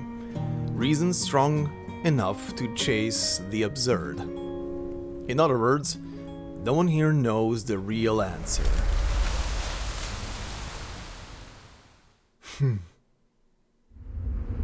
Oh, that was a nice... That was a nice little scene. Whew. Alright, there was battle here. I forgot about this. I get so absorbed in the cutscenes that I forget that there was battle. What do we have? Frozen, Tundra, and mutated Ichirak. Okay, Frozen. These critters thrive in the cold, using their innate abilities to invent minor incantations and ring bells in the snow. They can startle each other, causing them to flee in a frenzy. Yes, Frigid Surge, Hail, Pellet Blast. Okay. The Tundra one?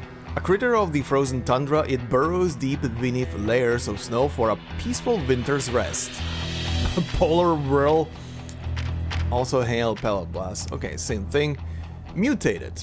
A creature muted from an Ichirak. It clangs and clatters as it moves. Its transformation is caused by mysterious ores. It has lost interest in building snowmen. I am so holding myself back from doing any Frozen jokes right now, but the game is just throwing them at me. Do you wanna build a snowman? Wintry Fissure and Chilling Shivers and Biting Chill. Okay, these two are different. Alright, let's fight them. I'll do whatever I can.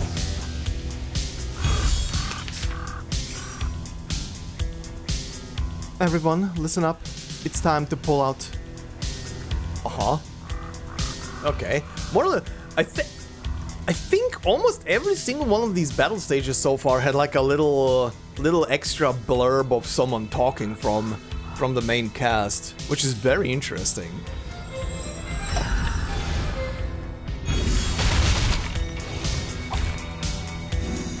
Well, they're gone. Yes. Great. Yes. Obliterated.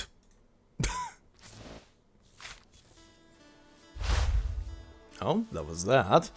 Okay, 14. Oh, Aurora. Ooh. Okay, very pretty. We who chase the stars. Those who departed from home are now wandering through tales.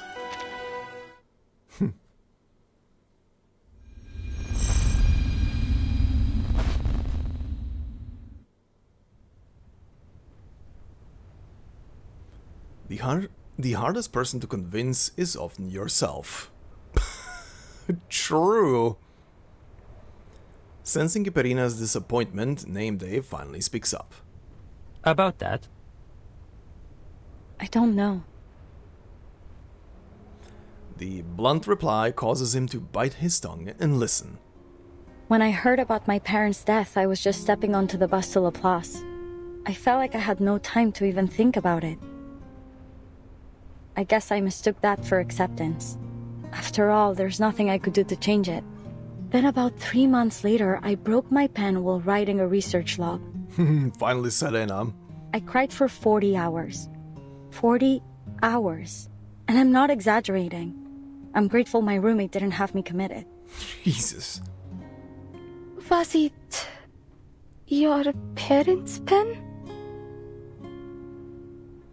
The very idea of Hissabeth crying seems almost impossible to imagine. She cuts off the thought before it turns impolite. Nah, just an ordinary Laplace office pen. They give them out by the box load. But back home, when I broke something, my parents would tease me for being careless. And then we would find a new one together. You can't really accept a thing like this. The only thing you can do is put your pain aside and find something to do with yourself. Even if it's just making a ball of tape. Just wrap a ball round and round over and over until you've forgotten what it even looked like inside. Maybe that is something I can try. The little astronaut nods solemnly. Cool, you should. I'm speaking from experience. You know, when you're young, everything bad seems like the end of the world. Forgetting your homework might as well be the apocalypse. Nah, that's fine. You can always do it last minute. She's right. Name Day swallows the words he had meant to use to lighten the mood. He's heard enough of them before. He's even asked himself the same. Home, Mr. Raccoon? Ah! Of course. Mr. Raccoon. No. I'm heading out for a mission. Oh yeah, right. On one of the teams where I put him on to grind just to get some trust up, I did see he actually does turn into a raccoon. Nice. Vila said it's a time that you're familiar with, but that you didn't ever plan on going back. I know Vila had another home before she moved to Rayashki. You must have one too. What was it like? Does it snow there? Yes, it snowed there. So much that it made the trees sag and covered up your footprints as soon as you walked past. When the Volkov froze over, my sister and I would go and fish from holes we cut in the ice. Comrade Basuno once fell in the ice doing that. We didn't see him at school for weeks. Oh yeah. Playing on the ice can be dangerous, little August. That's an interesting analogy, yeah? Legend has it that girls who drown become rusalki. He asked Vila once, and she confirmed it was only a myth. Most stories are like that, heavily embellished in the retelling. To hold the boy's drifting thoughts, or rein in his own memories, he squats down until his head... But it's all gone now. No matter the era. Even if I went back to that little dot on the map, it would never be the same. He squats down until his head is level with the sunflower. Like Rayashki. Just like Rayashki. Another patch of land whose story was lost to the storm, remembered only by the few lucky enough to have lived there. He tries to pull the topic back before it veers somewhere neither of them can handle. Поэтому мы должны выжить, и потом все встанет на круги свои.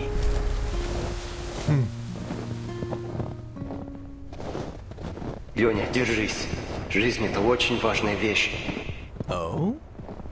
Okay, more stuff. A glimpse of the past, huh? That is why we must stay alive. Then things will work out someday. Ionia, stay alive. That's the most important thing. Иди, следуй тому маршруту, который я тебе дал. Никогда не оглядывайся назад. Keep going. Follow the route I told you. Never look back.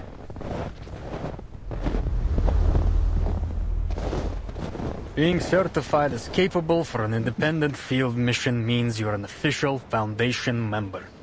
Congrats in advance. Okay, I'm guessing these words were... Lonia. I presume this is Name Day's actual name. Lonia. Like these words were said to him by someone from his village or family. Most people here use an alias, though it's all up to you. Just make sure you pick a good one. It's not easy to change once it's confirmed. I see. Thank you for telling me. The day he left home came close to another date soon to be celebrated. That's it. Ah, that's the story behind his name. It was about to be his name day or something. He hands over his application form. Let me check. Alright, no problemo. Problemo. The storm has made everyone's life harder here. The Foundation is always in need of more manpower, and in need of honest men like you, even more so. Welcome to the St. Pavlov Foundation Far East Branch, Mr. Name Day. That's a neat little detail. I didn't expect to hear how he actually came up with the name. A name means existence. What is hard to accept? What is hard to accept? Knowing that your city can't be found on any map, or that city still shares its name, but has changed entirely. He's tried before, but his arcane skill doesn't work on living beings. Ooh, that fleeting glow he remembers is probably just an illusion. Oh, did he try to use his arcane ability to replicate his... Oh, that... Oh, that is heavy. Good God. You're thinking about something. Missing your home again, yes? It's okay. Vila said as long as we pay attention in class and keep learning, we will be able to rebuild Reashki in the future.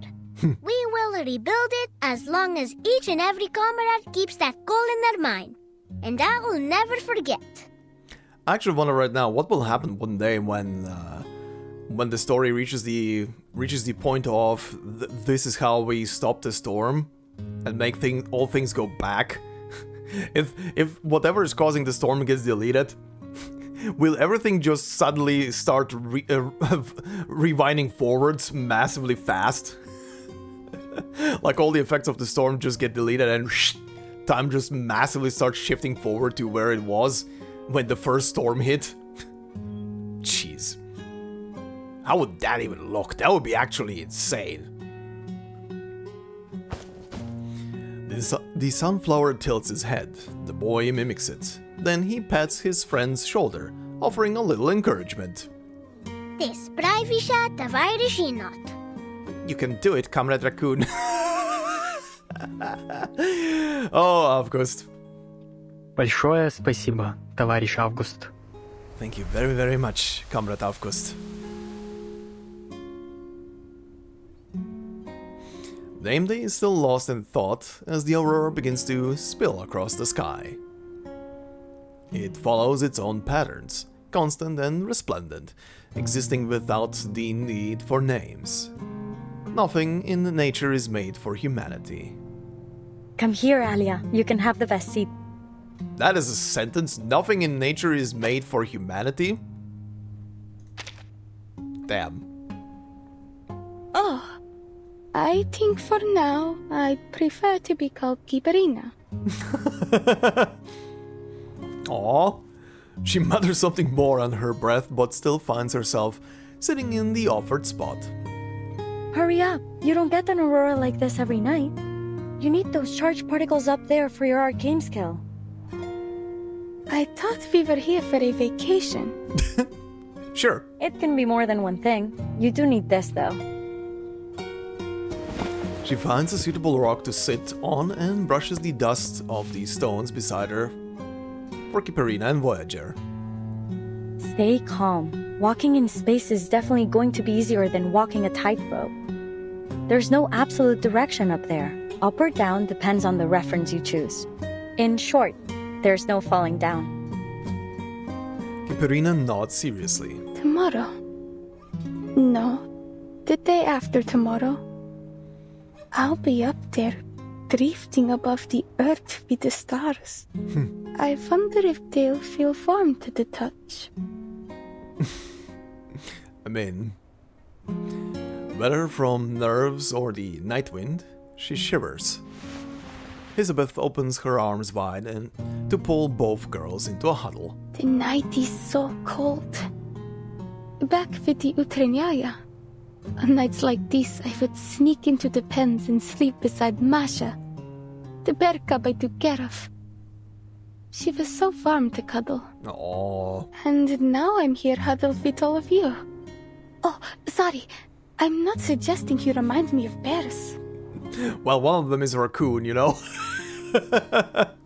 It just feels safe. Aww. There were times during the coldest winter nights that my siblings and I would cuddle up with the stray dogs to keep ourselves warm. Hold on. You people don't just hibernate through the winter? You're missing out.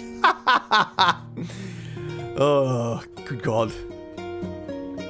This is the first time their little team has sat together without the mission on their minds, chatting instead about past lives and faraway memories. Yeah, this is a very nice little moment here between all of them. Only Pointer is missing! Good God, Pointer, go back. Before she realizes it, sleepiness sneaks up on Kiperina. She stands to shake off her sudden drowsiness, and Hissabeth rises we should with her. head back. We don't want our little astronaut to be too tired. Hey, you think I don't see what you're doing? You haven't told us your story yet. It's been on my mind since I first got here. Why would you do all this? You don't strike me as the hopeless dreamer type. I don't? Well, I should make more of an effort to match the stereotype. She tilts her head just enough to catch the dozing little snake and nudge it back onto her shoulder. It's not so dreamy, though. I just want to know the answers. Where do we come from and how things will end? What, not convincing enough? Perhaps you want something more in-depth? Way back when, before all this, Pointer and I were being driven mad by work. We would walk out here and there was something she would say to me. She narrows her eyes, watching the shifting curtains of light with interest. High-energy solar particles, shaped by Earth's magnetic field, dance across the sky in colors visible to the naked eye. If you listen closely, you might even hear their faint crackling. Language is a tool that permits us to describe how the universe was created and how it will end. Through it, we reflect on our existence.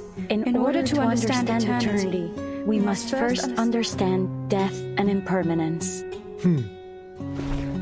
After a small shake of her head, she regains her usual... What do you think? Good impression of her, no? Everyone says it's my best. her usual casual tone. The aurora hanging high above the sky shines down at the people below. Brilliant beams fall, blurring the edge between snow and sky, and softening every expression into something unreadable. Hissabeth's voice feels like it's coming from far away. Tomorrow might be our last free day before the storm. I guess it's fitting then to ask the age-old question. If tomorrow was the last day of your life, what would you do?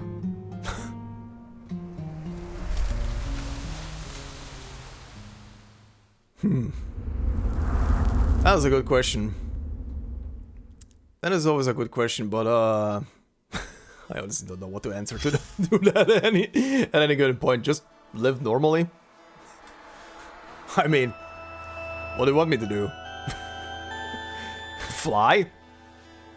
Make my pilot license in a day? Alright, let's see. Cabinet of Wishes. New Year's wishes made when the Kremlin's bell... I almost read balls. Kremlin's balls. Sorry. New Year's wishes made when the Kremlin's bells ring are kept here, ready to be laughed at next year. Open the cabinet. Become director. Drink endless wine. Succeed in projects. World peace. Conquer the galaxy. Go home for a visit. Live to see next year. Touch Mars with your own hands. Establish relations with alien life. I mean, sure, Voyager. Grow flowers in Siberia. Free yourself from material needs. Become a true engineer. Defeat death. Marry Anastasia. Witness history. Those are plans. That last guy. Okay, number 15. Time to say goodbye. We can never find the perfect moment.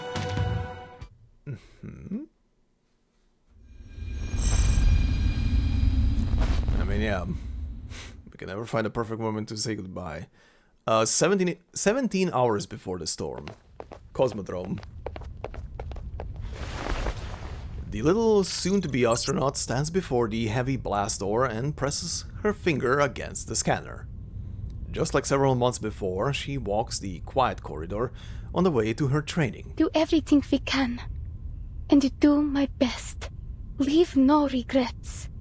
That's why I have to finish my training. The closer she gets to the end, the more the nerves take hold. So she looks for comfort in steady, familiar routines. Raz, dva, tri.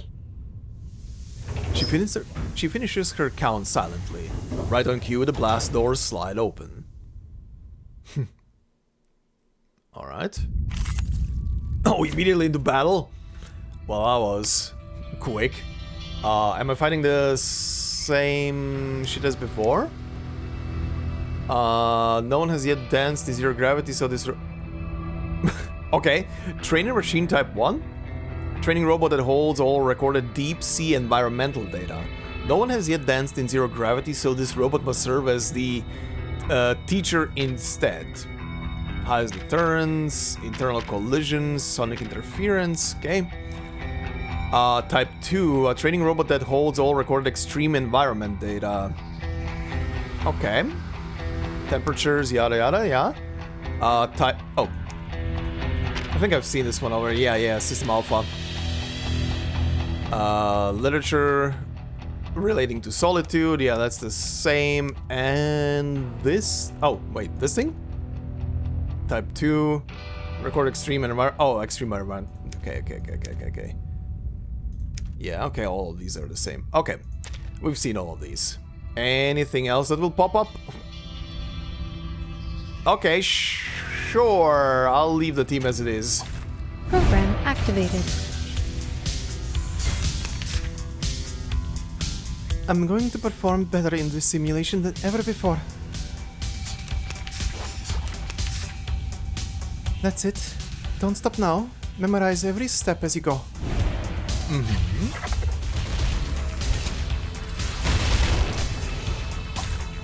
And gone. Alright, nicely done. Now we'll move on to zero gravity training. This is not bad for a stretch. Not bad for a stretch. Oh, back to this background. Whoa. That was a cool effect. The weightlessness calms her. Compared to the other simulated operations, arcane skill practice, and centrifugal spins, this is her favorite routine. It's like walking a tightrope, but without the fear of falling. With gravity out of the picture, the sky itself feels reachable. The world stretching out. Если это последний день моей жизни. If this is the last day of my life, okay, yeah, hold on. The world stretching out like a velvet blanket around her. Как я могу доказать, что я жила в этом мире? Моим именем? Моими воспоминаниями? How can I prove that I was here in this world? With my name? My memories? Я помню, как меня звали. I remember what they called me. Alina Medvedeva, the girl like a bear. You must have a proper stage name for your performance. Kiperina. Oh. What do you think? Natalia and I decided on it together. She's a clever one, always reading the latest astrological lectures. It's from a place in the stars. Kuiper, she calls it. Some asteroid belt made of ice. You know, I was kind of thinking that, considering the space theming here and everything, Kiperina Kuiper belt. Ah, cool. This is because to us, you are a gift from the stars. Whoa. He lifts her high, steady and secure. To a child, it feels like flying. Mr. Kozlov. Mrs. Kozlova. Aw. So close to a starry sky built from light bulbs and canvas. Aw. We're leaving tonight. Why all the rush? Let's wait one day later, or maybe two. Why don't we ask that Laplace lady to see Ali again? I am sure she's too busy. But look, everyone's leaving town. Something must be happening. You guys hopefully will make it to a shelter. He gestures to a place out in the distance, the dim lit cosmodrome barely visible against the night sky. She'll be safe there. Didn't you hear them say that? Laplace's building will be the last to fall, even if the whole world comes to an end. What we must do then is keep ourselves safe. That way, someday in the future, we will have the chance to see her again, sitting in the audience, clapping for us until her hands are red. My big bear wants to pretend he doesn't have a heart. I know you miss her as much as I do. Of course, but I must stay in control of myself. Maybe we can put something on the signboard. A circle, like her space helmet. You know that signboard hasn't been changed since my Dedushka was the ringmaster. What a change it will be.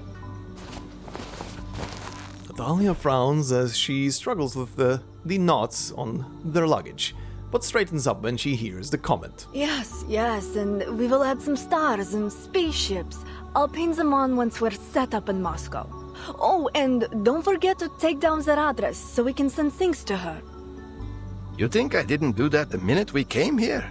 Natalia, you're showing so much concern. What happened to my carefree circus wife? It's just that there's nothing else I can do. Well, if you guys are going to Moscow, you are not making this. Oh boy. She pets the package beside her. A few neatly wrapped dolls and a set of freshly cleaned costumes. We've always been there for her. Now she's alone and far from us. Who will care for her now? Oh.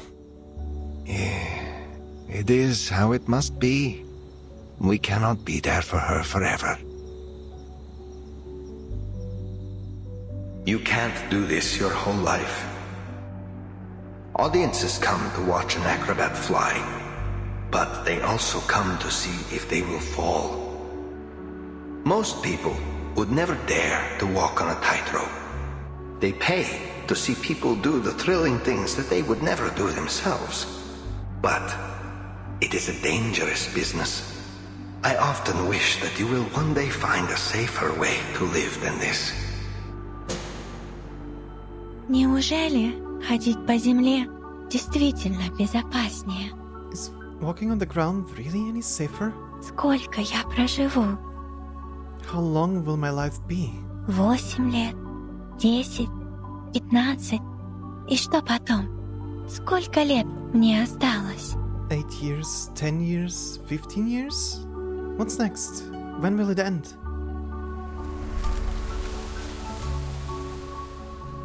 Time never ends. It's a concept, and there are many explanations for it. One suggests that since the whole world is made of particles, including our brains, then our minds too can be calculated, so that everything that's happening or about to happen can be predicted. Past, present, future. All that ever was and is, and ever will be, was destined from the moment the universe began. Each moment like a knot on a string that's already been tied. Our lives just moving along a fixed track from birth to death. Then there is another. The theory that none of this is really happening at all. That all perception is illusion. Only the present exists, and only for as long as we are experiencing it. Yeah, theories I'm familiar with, yeah. If you ask me to choose, I prefer the first one. It's not like a tightrope then. When I walk on the rope, I don't see past and future. I only feel what is happening right now. For example, these lights make my palms feel hot and warm, but the stones beneath me are cold. Cool. Sounds like you favor the second theory. But it doesn't matter which side you're on. There's one thing both have in common. Our existence, whatever you make of it, is just a fleeting moment in time. But those countless moments string together into eternity. I'm small to the universe, just a person. But I'm a part of Utranyaya, which is bigger than myself. We belong to a people, a country, a planet, and a galaxy. Maybe that's how we share in eternity, by existing as part of it. Each one of us, no matter how small, takes part in creating the universe. That was pretty good. That's a nice way of thinking about it. The researcher widens her eyes in brief surprise, but just as soon returns to her usual confident and breezy smile. You got it. When we learn all the rules that govern our universe, we'll be able to predict all that is to come. We'll be able to survive without superstition and fear of the unknown. One day, hopefully. Выжить. Это легче сказать, чем сделать. Survive. That's easier said than done. А что, если у нас завтра не получится? If we fail tomorrow... Шторм смоет все, что мы здесь сделали. И все, что я когда-нибудь могла бы знать. The storm will wash away all that we've done here. Everything I've ever known. И все, что останется, запись, хранящаяся в пыльном кабинете Foundation. The only trace of it will be that recording stuffed away in some dusty cabinet in the Foundation. И если так, я надеюсь, однажды они вспомнят обо мне, поднимут глаза в небо и скажут. Even so, I hope one day, when they mention me, they will look up at the sky and say, Смелый, молодой космонавт однажды ходил среди звезд. A brave young astronaut walk among the sky. Oh, this И part... она, Алина Медведева, сделала этот выбор сама. That middle sentence was not voiced. That was weird. Okay, hold on. A brave young astronaut walk among the stars. Huh, interesting. Yeah, this one was not voiced. It's not about Mr. Kozlov's wishes for Alia, nor about her friend's expectations for Kiperina. And she, Alina Medvedeva, made the choice to go herself. Natalia returns to the tent to retrieve the last few boxes of clothes, while Mr. Kozlov is busy tightening the rope on the luggage. There's a lot to pack. He tugs hard at the rope, tying the dolls Kiperina left behind safely onto a bundle, muttering the rest of what he didn't get to say earlier. Children grow up, adults grow old, and then we die. So what's the use in worrying? All that matters is our Alia will be safe. Mr. Kozlov, you should have already left. The longer you wait to leave, the more dangerous it will be. The man is startled. He's not good at dealing with researchers, and he never expected to run into one on the empty streets so late at night. Is there something wrong, then? We are ready to go, as you can see. We're all packed up. He motions to the stacked boxes behind him, his tone on the brink of pleading. No, nothing to be concerned with for now. But we need you to follow the evacuation notice for your safety. Keep your passes with you. You may need to show the soldiers on the road ahead. And please take care. The snowfall is getting heavier.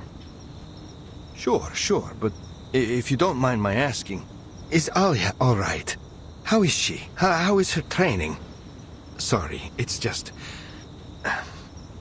I know that she's a good girl, but I'm afraid she'll push herself too much.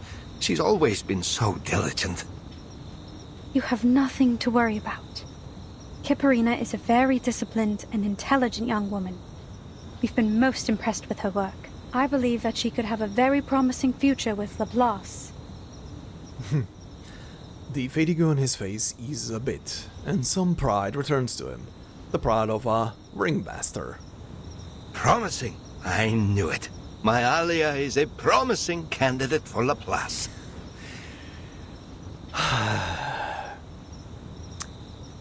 This guy's probably gonna disappear somewhere in the story when the storm hits. And it's gonna hit.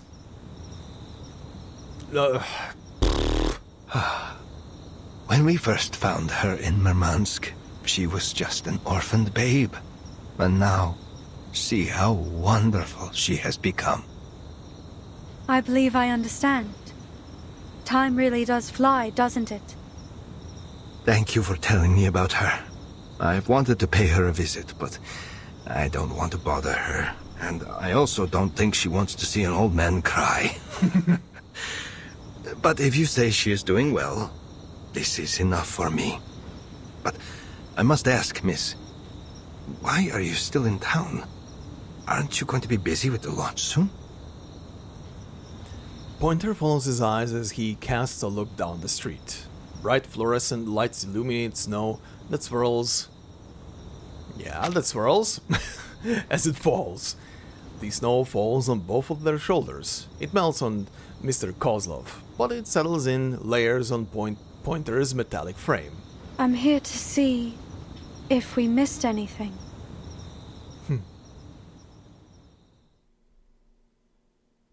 Uh-huh.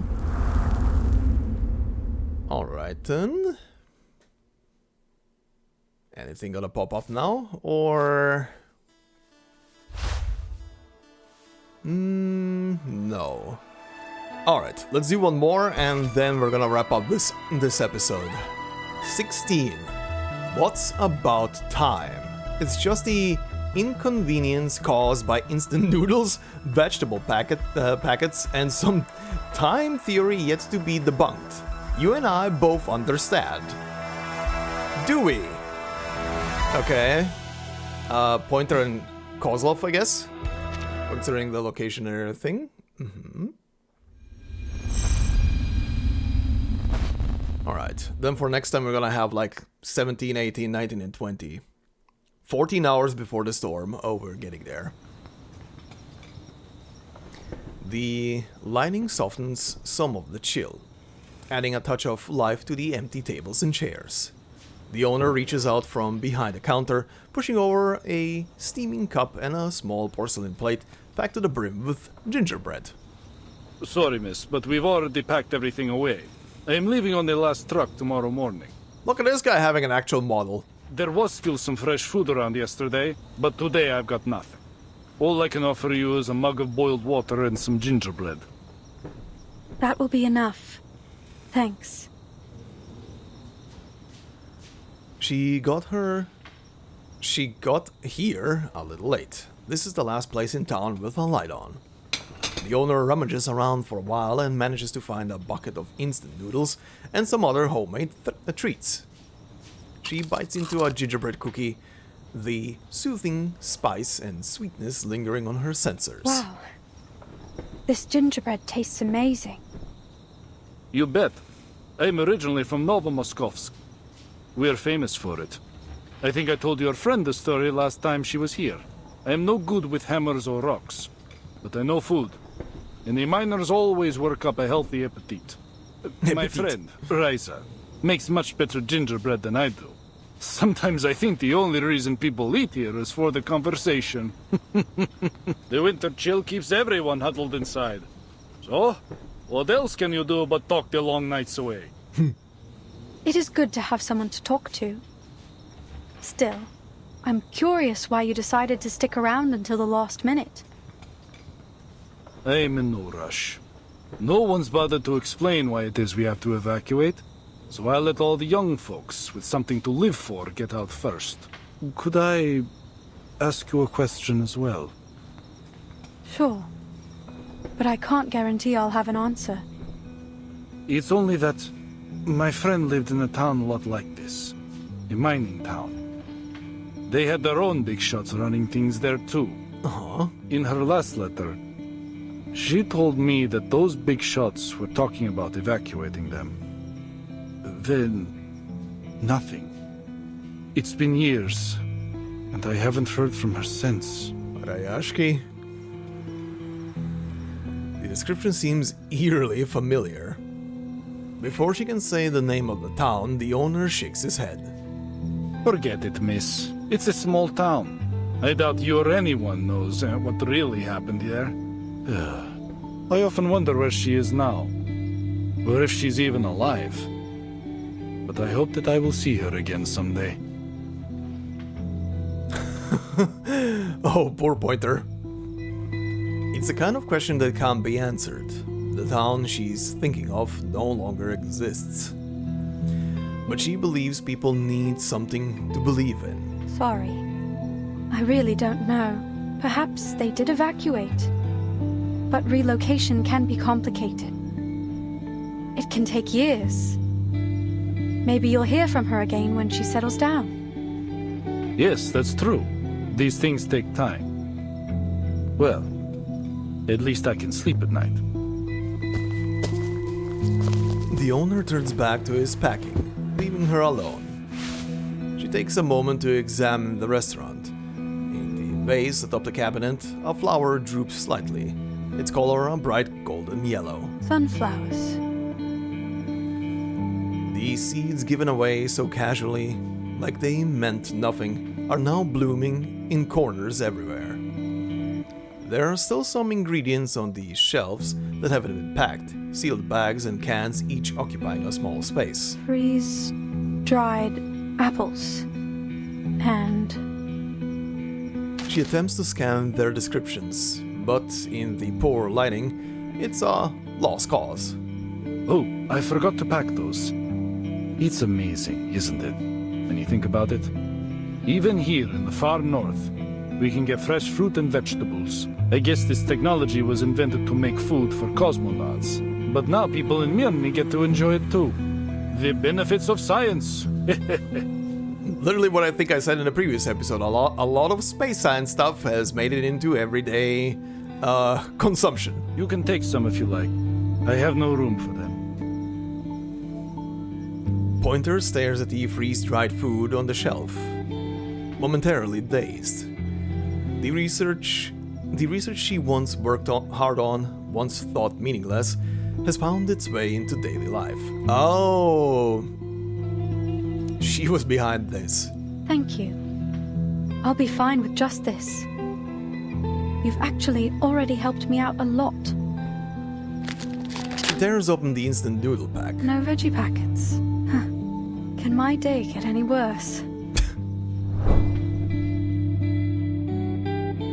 They act as if all of their essential and valuable consumer technology just popped up out of nowhere.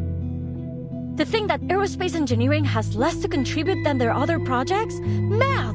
They wouldn't even have vegetable packets in their instant noodles without us.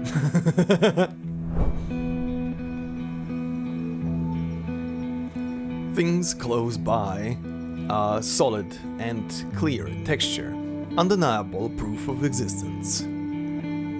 She has always valued what can be felt and touched. Come on, pull yourself together, Pointer. We don't buy into karma. Uh-huh. This is only another damn coincidence. Sure. What price are you willing to pay for that answer?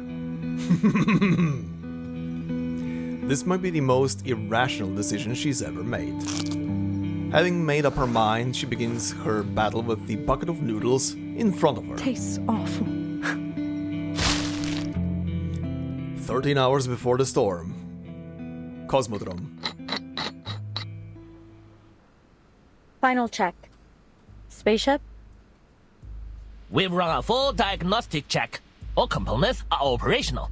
We are fully fueled, and we even installed that new installation you invented. Data monitoring and communication systems? Check. All systems are functional, including the backups. Astronaut status? I'm all checked out too. My arcane skill energy level, physical and mental status, and the integrity of my spacesuit are all within your parameters. Is there anything else we've missed? Anything at all?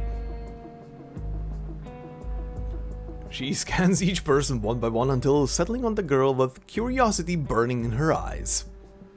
Ah, what about our special humanitarian support staff? Maybe we should give her a check too. Give her a head pat.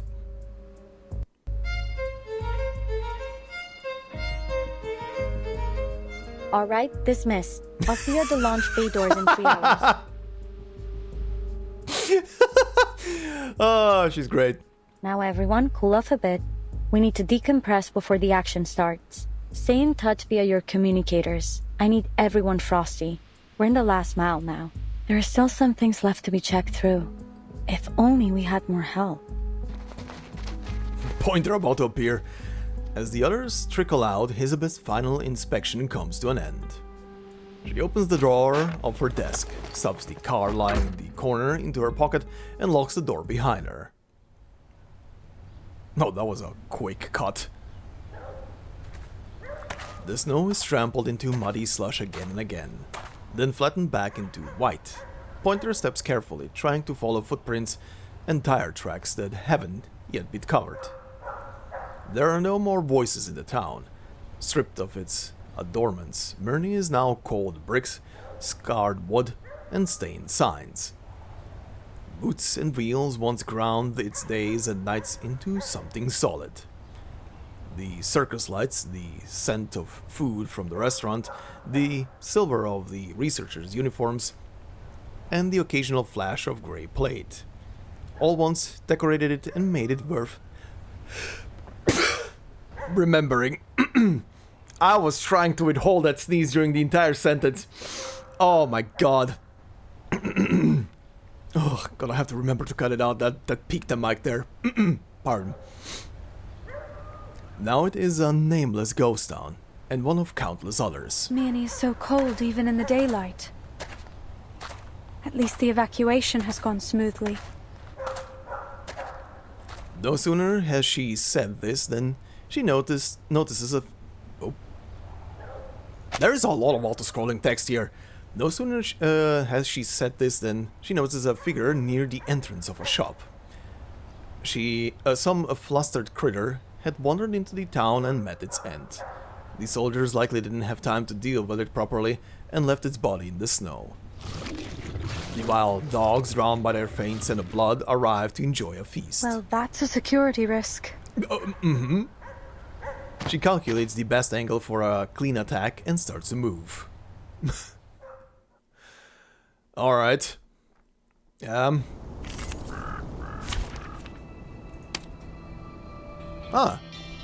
Scavenger key kittens. Okay, all three, yeah. A canine critter that lurks near human settlements. Survival is a form of wisdom, and it has learned to adapt to new environments. Cold-blooded pursuit, boxwater tail, opportunistic pounce. Also, shouldn't these things be like kinda friendly or docile or something around people? Like they're just kinda scavengers? I'll do whatever I can.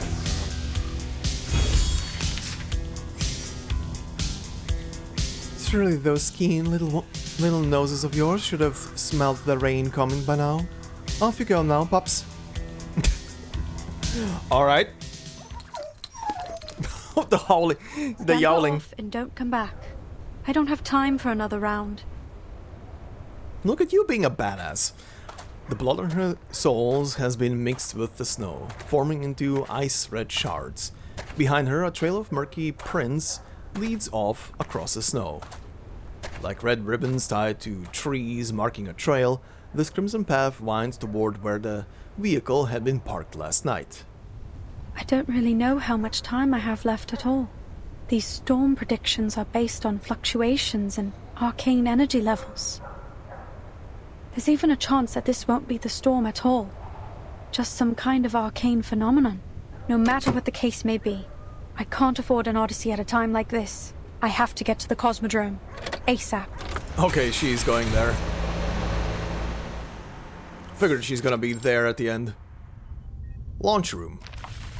Hissabeth runs through delicate calibrations of all the equipment in the room. The snakes tilt their heads, thoroughly distracted by the many blinking prompts on the screen.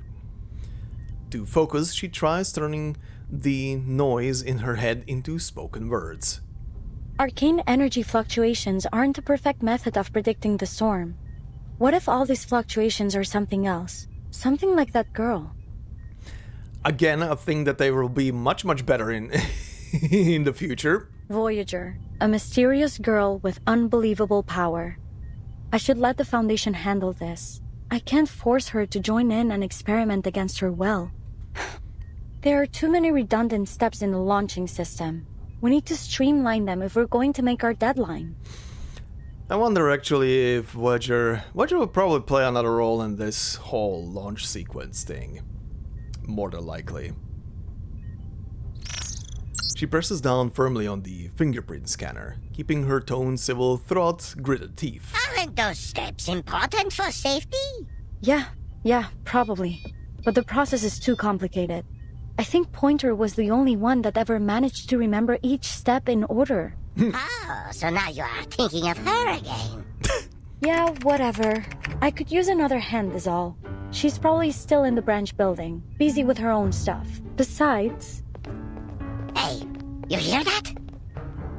Hurried footsteps approach the launch bay. It's an intruder! Hurry! We've got to stop them! These stupid snakes. It's an intruder! Stop them! Quick! The little snake's mouth is pinched shut. The room falls silent. She listens closely to the increasingly urgent steps. Effortless steps from a tall figure with a tendency to lean forward. Pointer. Sounds familiar. Could it be Windsong? Did she leave something behind again? The figure that bursts into the room is unmistakably familiar, unexpected yet somehow inevitable.